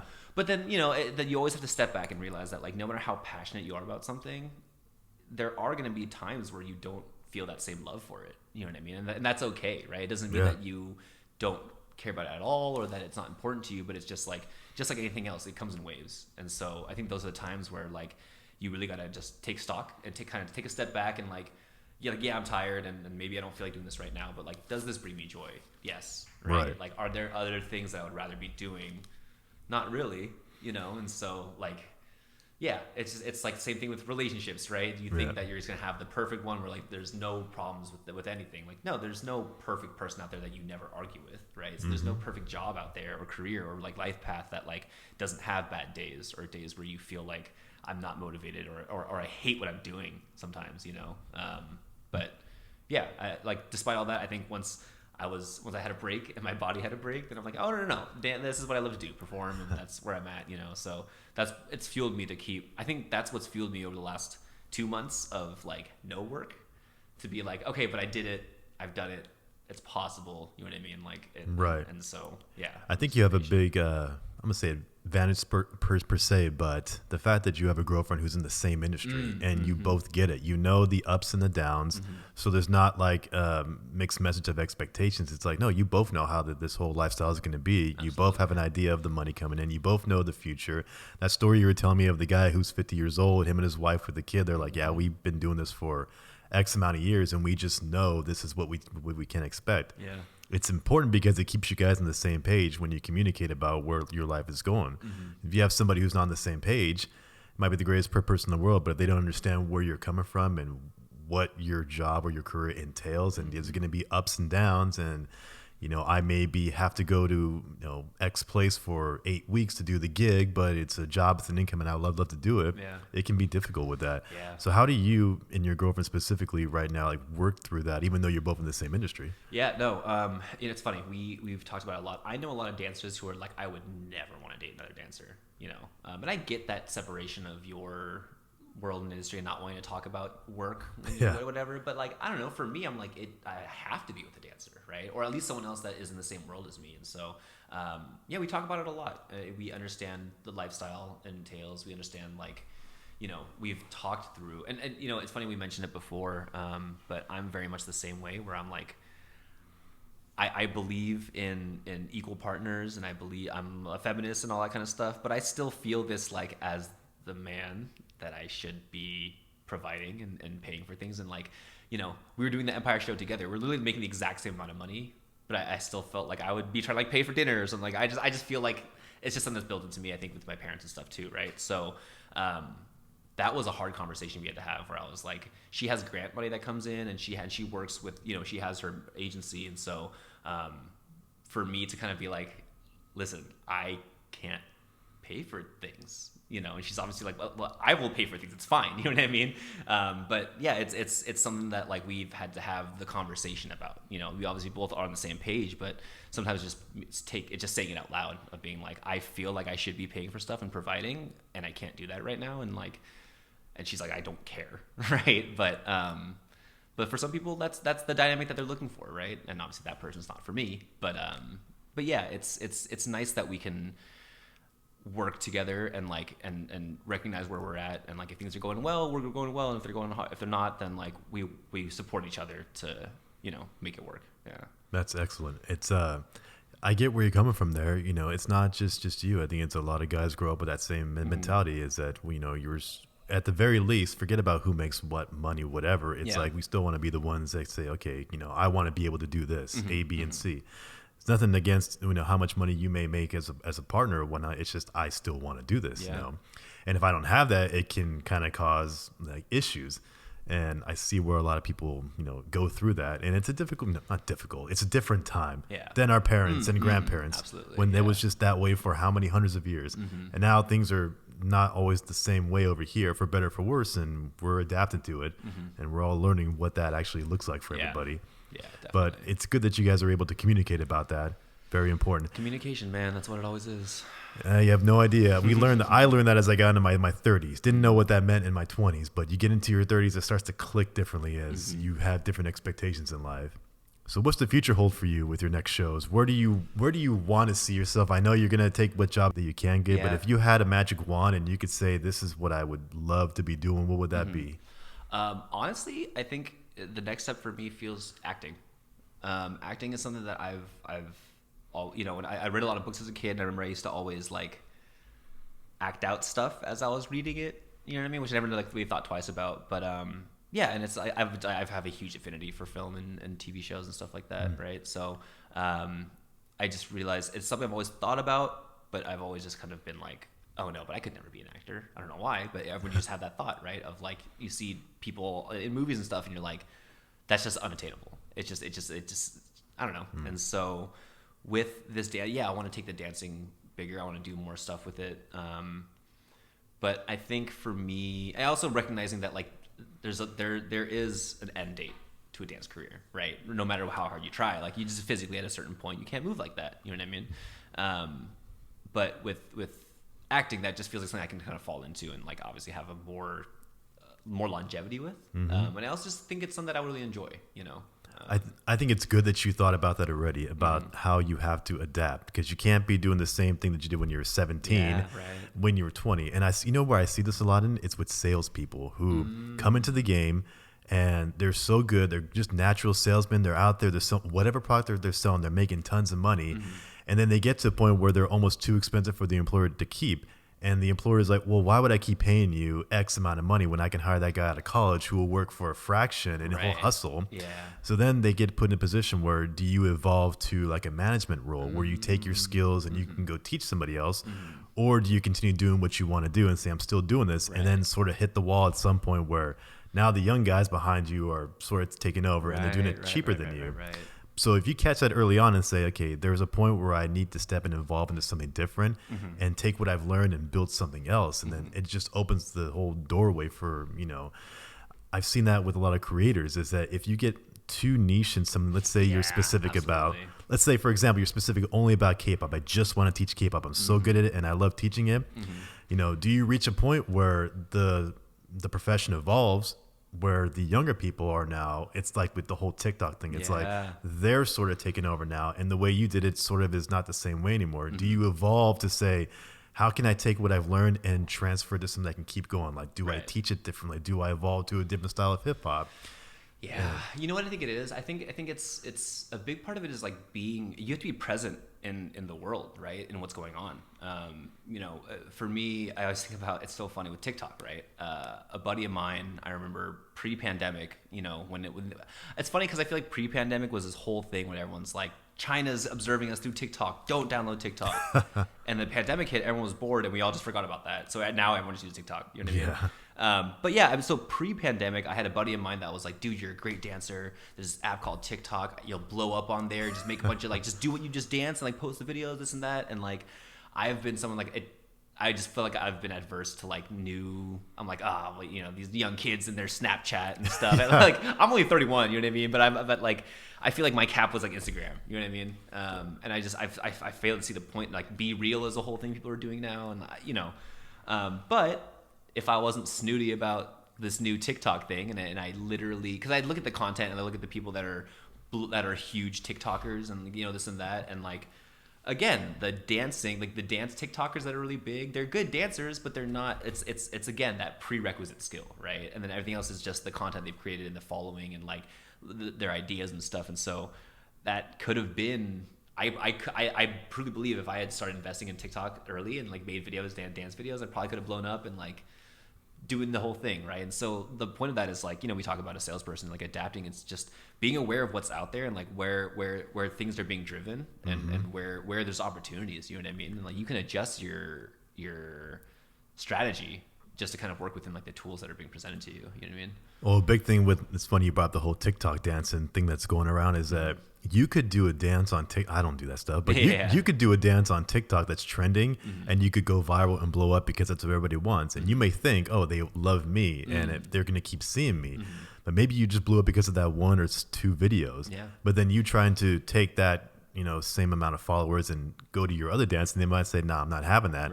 And then you'd see your interest plummet and say, "Wait, is it me? Is it what's going on here?" And you kind of realize that algorithm thing they got going on. And I see it with the YouTube. It's, if you want to get popular, you got to kind of do what the algorithm tells you is everybody's doing. I watch so many videos in the algorithm. Yeah, it's unbelievable. Even the people I talk to who work at YouTube down in San Bruno, it's like it's giving people what they want to see. So people want to see the, in COVID it was all the conspiracies about COVID. Right. If you make content about that, you can get caught in that algorithm, and now you're in there. I talked to one guy here, Simon Katz, a couple episodes ago, and he just says the same thing. He has a great channel. Somehow he got caught up. He made like 2 videos about crypto, and he got caught up in the crypto algorithm. So a lot of his videos get pushed out there. And then when people are like, well, we want to see your credit card videos, whatever. It's like you kind of confuse the algorithm.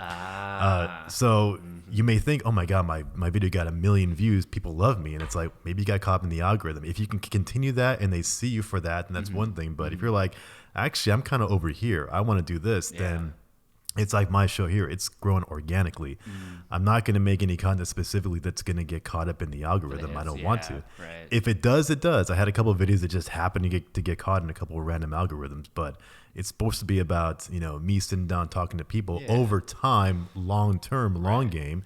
It'll grow to where it's going to be at. But, if you get so focused on the followers and the million subscribers, it's like, at the end of the day, what does that get you? No, totally.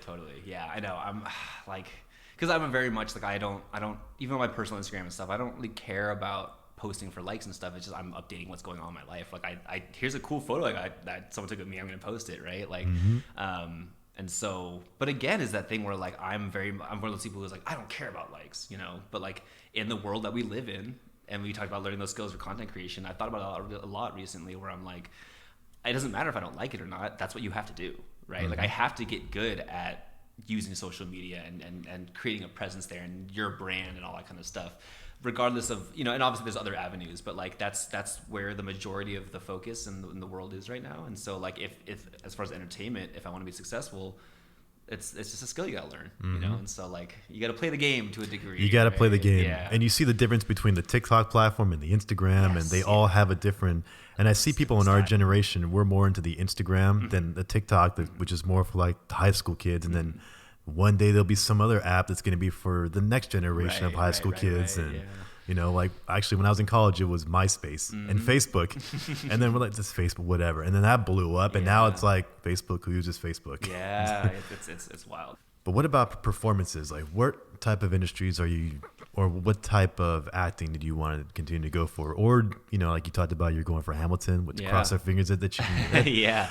What else? I think for me, I definitely want to lean more into like, I think on camera stuff, right? Like because the way I look at it is the big kind of split of live theater and like Broadway kind of dancing and stuff, and doing more commercial stuff. I mean, I used to have a dream of like, one of my big dreams was always to like backup dance for like a really big artist, go on tour with Beyonce or Justin Timberlake or whatever. Why am I naming like old? I mean, that's kind of what we grew up on. Yeah, so exactly. You know what I mean? So those were the goals, right? I think it's now shifted a little bit to like, I just want to get paid a lot of money to dance. You know what I mean? Like shoot, right? Like there's definitely things I will be picky about in the type of work that I want to do. But I like more of the control of doing stuff on film and being able to edit and stuff versus, live performance. Like live theater and performing is fun. But yeah, I think I would prefer camera work. So are there people, you don't have to name their name specifically, but are there people that that you want to emulate and say, this guy makes really good money, he's doing what he really wants to do, I want to do pretty much that type of lifestyle, and here's the steps that he took to get there? Anybody come to mind?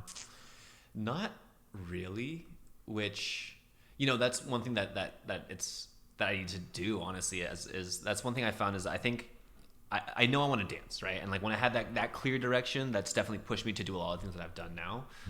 But you know, I had a whole one-on-one with Russell after our show, and one of the things he told me to do was like focus on what I like, figure out exactly what I want, basically, right? Because when you ask me that question, I'm like, you know, not really. I don't think there's anyone I can think of, and that makes me realize that there's no clear path that I have to kind of like work and hustle. You always hear people talk about the grind, you know what I mean? You got to grind, you got to hustle, you got to get that work in.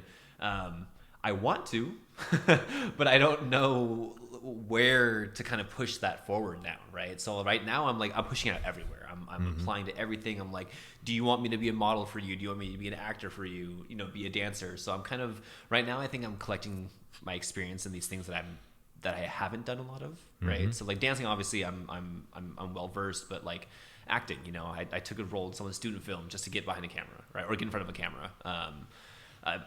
I've just booked another gig for like it's an internal thing. I don't think it's going to be like a commercial or anything, but yeah, just doing it. You know what I mean? Because I thought about for a while, I was like, okay, I want to act, but I don't have the time or money for acting classes, right? I'm trying to make money. Yeah. How am I going to spend money on acting classes? You know, and so, but everyone that I've talked to about it has been like, dude, just audition for stuff, like. I think they said Tom Cruise never took an acting class or something like that. Or, you know, there's a lot of people, you know, there's a few out there, right? And I'm pretty confident in myself in terms of like how I can compose myself. And like, I know I'm smart. And like in my experiences, there have been times where I'm like watching people do stuff and I'm like, I could do that. You know what I mean? And so I know obviously there's a whole art and there's a lot behind acting and there's a lot of education that's needed for that. But at the same time, I'm just trying things, you know, and yeah. If there's one thing that I could tell you from the people that I've talked to here, especially some of the CEOs, it's once you figure out why you're doing what you're doing, things start to click because then you can, all the ups and downs, especially the downs, you remember why you're doing this whole thing. You remember where you're going and why should anybody care about what you're doing? Because you know what you're doing.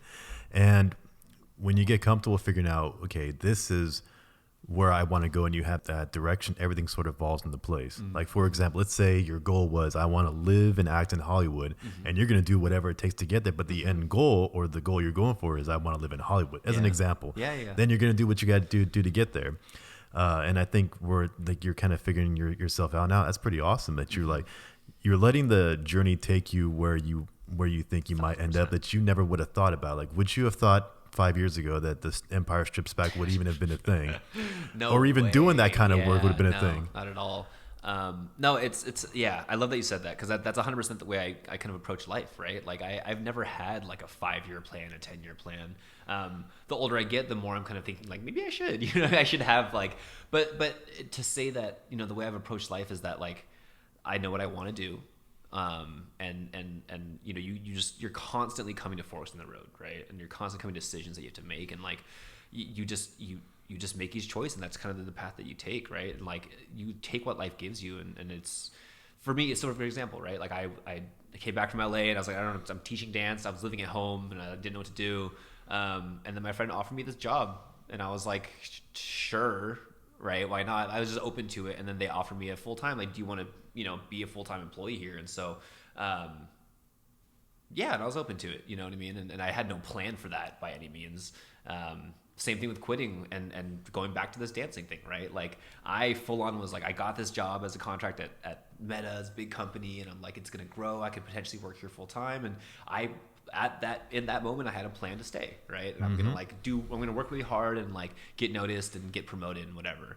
And then a couple months later, my like these things start coming up, and so that's the path I took. So yeah, I always feel like if you have a clear idea of what you want, right, then life doesn't give it to you, but like you see the opportunities, right? Exactly that. Like your eyes are open, things start to make more sense. And I think for the longest time, I've known I want to dance, right? And people always say like you're so lucky that like you know what you want in your life and this and that. But even when you know generally like that's what I want, I don't know now from where I'm standing right now. I don't know exactly where I want to go, right? So I'm still in that like I don't know what I want to be when I grow up. Like I know I want to be a dancer, entertainer, and I know that's a little more niche, but like I still go through that, you know.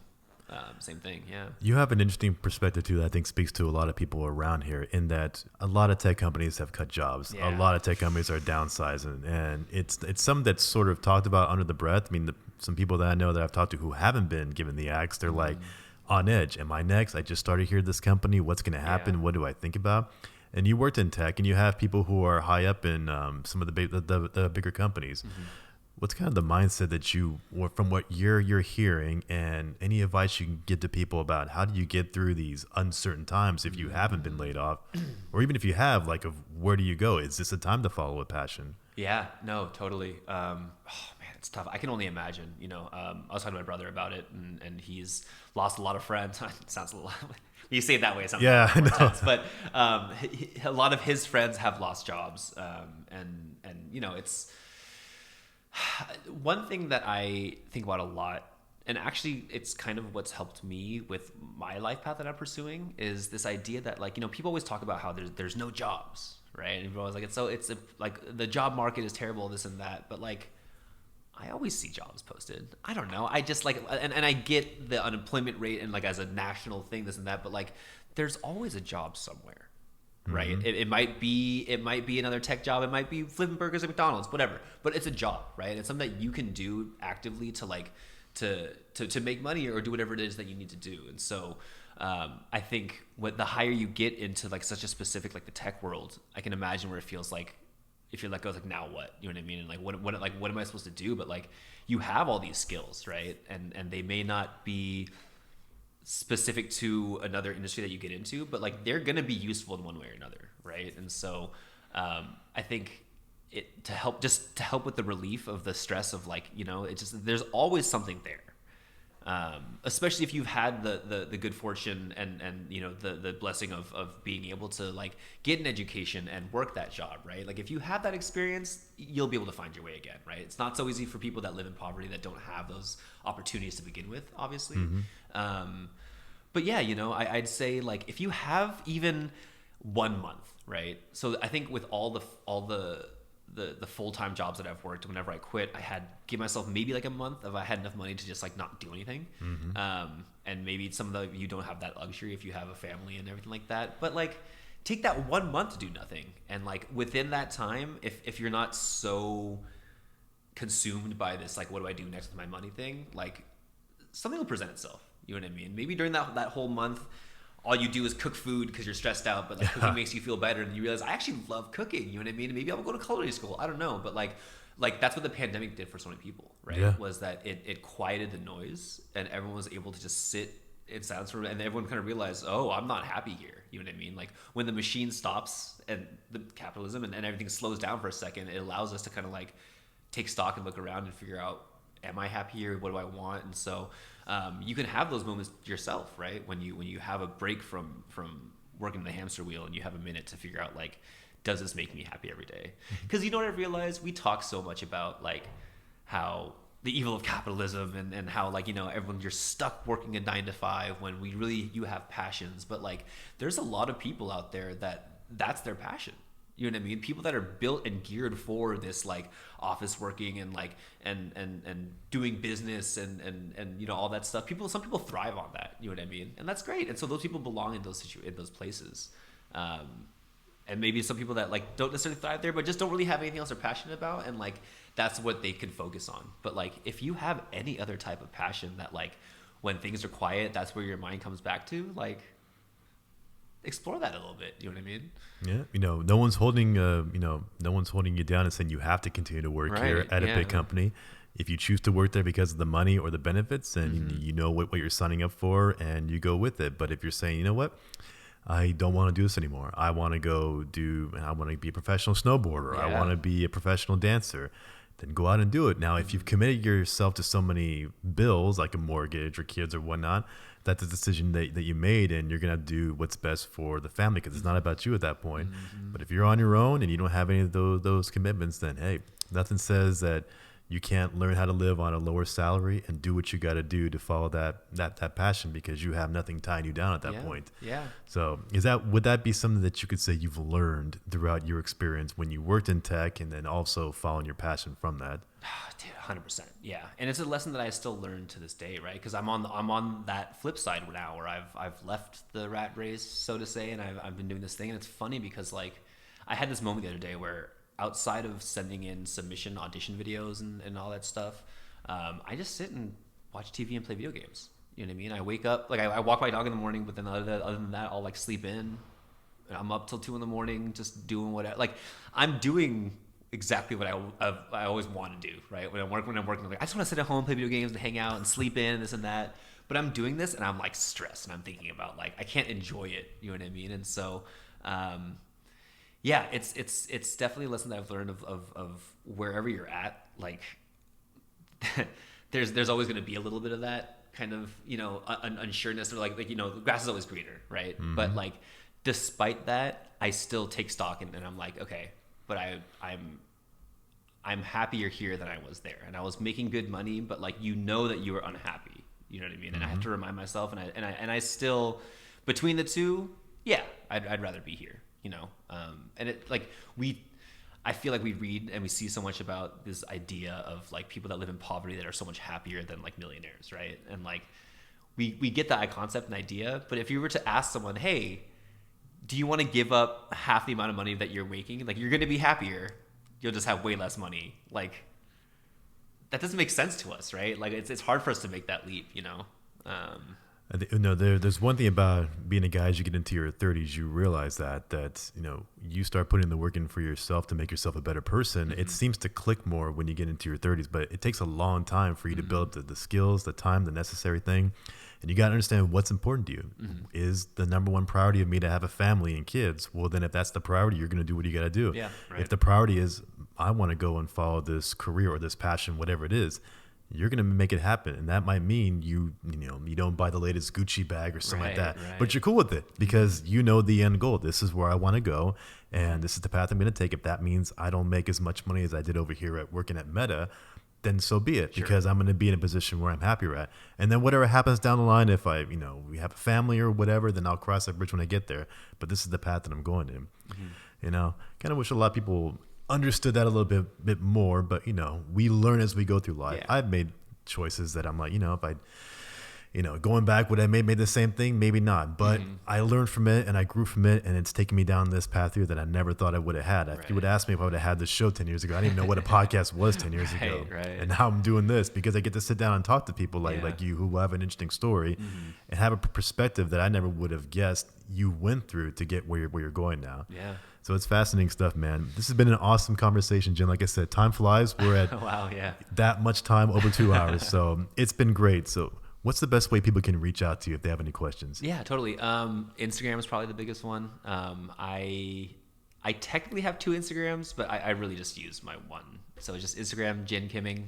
It's a lame old joke, like just kidding. But Jin Kimming, that has lasted since high school. So here we are.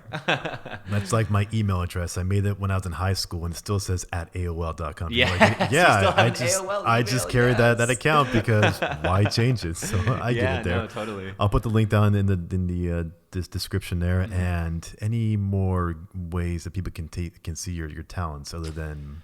Oh man, that's a good question. Oh, actually, I have a website being built right now. So hopefully it'll be up soon, but it should just be jinkimofficial.com. Right. That should be the website. Hope so. Well, if but not, I'll send you the link when it's up. And perfect. At the very least, you'll put on your IG profile. And if they want to go see it, they can go reach out to your Instagram profile. Exactly. This has been an awesome conversation. And thank you again so much for coming out and sitting down and talking to me. You gave a lot of advice to people who are in the dance world, who want to do it, and especially people around here who work in tech. And we kind of get caught up in the money and the benefits and the free bean bags and whatnot that Google gives you. To be able to have the courage to say, I don't want to follow that path. I want to go do what I want to do. I could be sitting here talking to you 5 years from now. You could be some big Hollywood actor. And see, this is where you started out from. Yeah. And you went down that path because you didn't give up. You knew what you wanted. You're going for it now. And while we can't predict the future, we know it's going to be something really good involving you. So thank you. Awesome conversation, man. Yeah, thank you. Listen, dude, this has been, it's been an honor, honestly. I love just sitting and chatting about this kind of stuff, and I really like your perspectives. I think for me, the one thing that I always try to put out is that, like, you know, whenever I talk about dance and these things, it's this idea of like, we're talking about whole career shifts, right? And like, and the trajectory of your life and like, what is the main focus? But, you know, if you have other passions, even if you can't necessarily leave your job and, you know, uproot your life, like there's nothing stopping you from doing it. Right. Like through my teaching, I see so many people that work in tech and like, you know, adults in their early 20s, mid 20s that have danced for the first time ever. And they just like, I've always wanted to dance, but like, I just, you know, and they start doing it and they love it. Right. So like whatever passion you have, man, like even if you can't necessarily uproot your life and change your direction, you can still do your passion, you know, take the weekends, take an evening, take a class, you know what I mean? Like there's so much joy in just doing what you enjoy doing that can just like make so much of your life better, you know. And that might be the balance that people have to find. You may have a $200,000 job at Meta and you don't want to leave it because it pays the bills, but at the same time, if you have the ability to incorporate into your lifetime to go do your passion, which might be engineering or it might be making a video game or whatever, and you can find that balance in your life where you're doing something you really enjoy but you don't get paid for it necessarily, then you have your day job where you go to work, you do what you got to do, you have the right attitude, and you're making money for the family. Maybe you can find out how to work everything into your life. Maybe over time that balance starts to shift, you know what I mean? And you blow up and all of a sudden you can quit your day job, you know what I mean? You never know, but you'll never know until you try it. Right? Exactly. Yeah. Just get out there, do it, and then it'll take you where you want to take to. Right. Thank you, Jim. And for everybody out there who's watching the show on YouTube, please, if you like the video, click the like button and click the subscribe button so YouTube can push it out there. And anybody who's listening on Spotify or Apple Podcasts, I would appreciate if you leave a comment and a review of the video because it helps everybody else understand what this whole show is about. And I do have a Patreon page. If you love the show and you love what's going on here, you can reach out to my Patreon page at the link below and you can make a contribution to the show. And as a thank you for that, you will have access to all the bonus footage that we record for every episode. Thank you again, everybody, for watching and listening. And thank you, Jim. Have a good one. Thank you. Bye.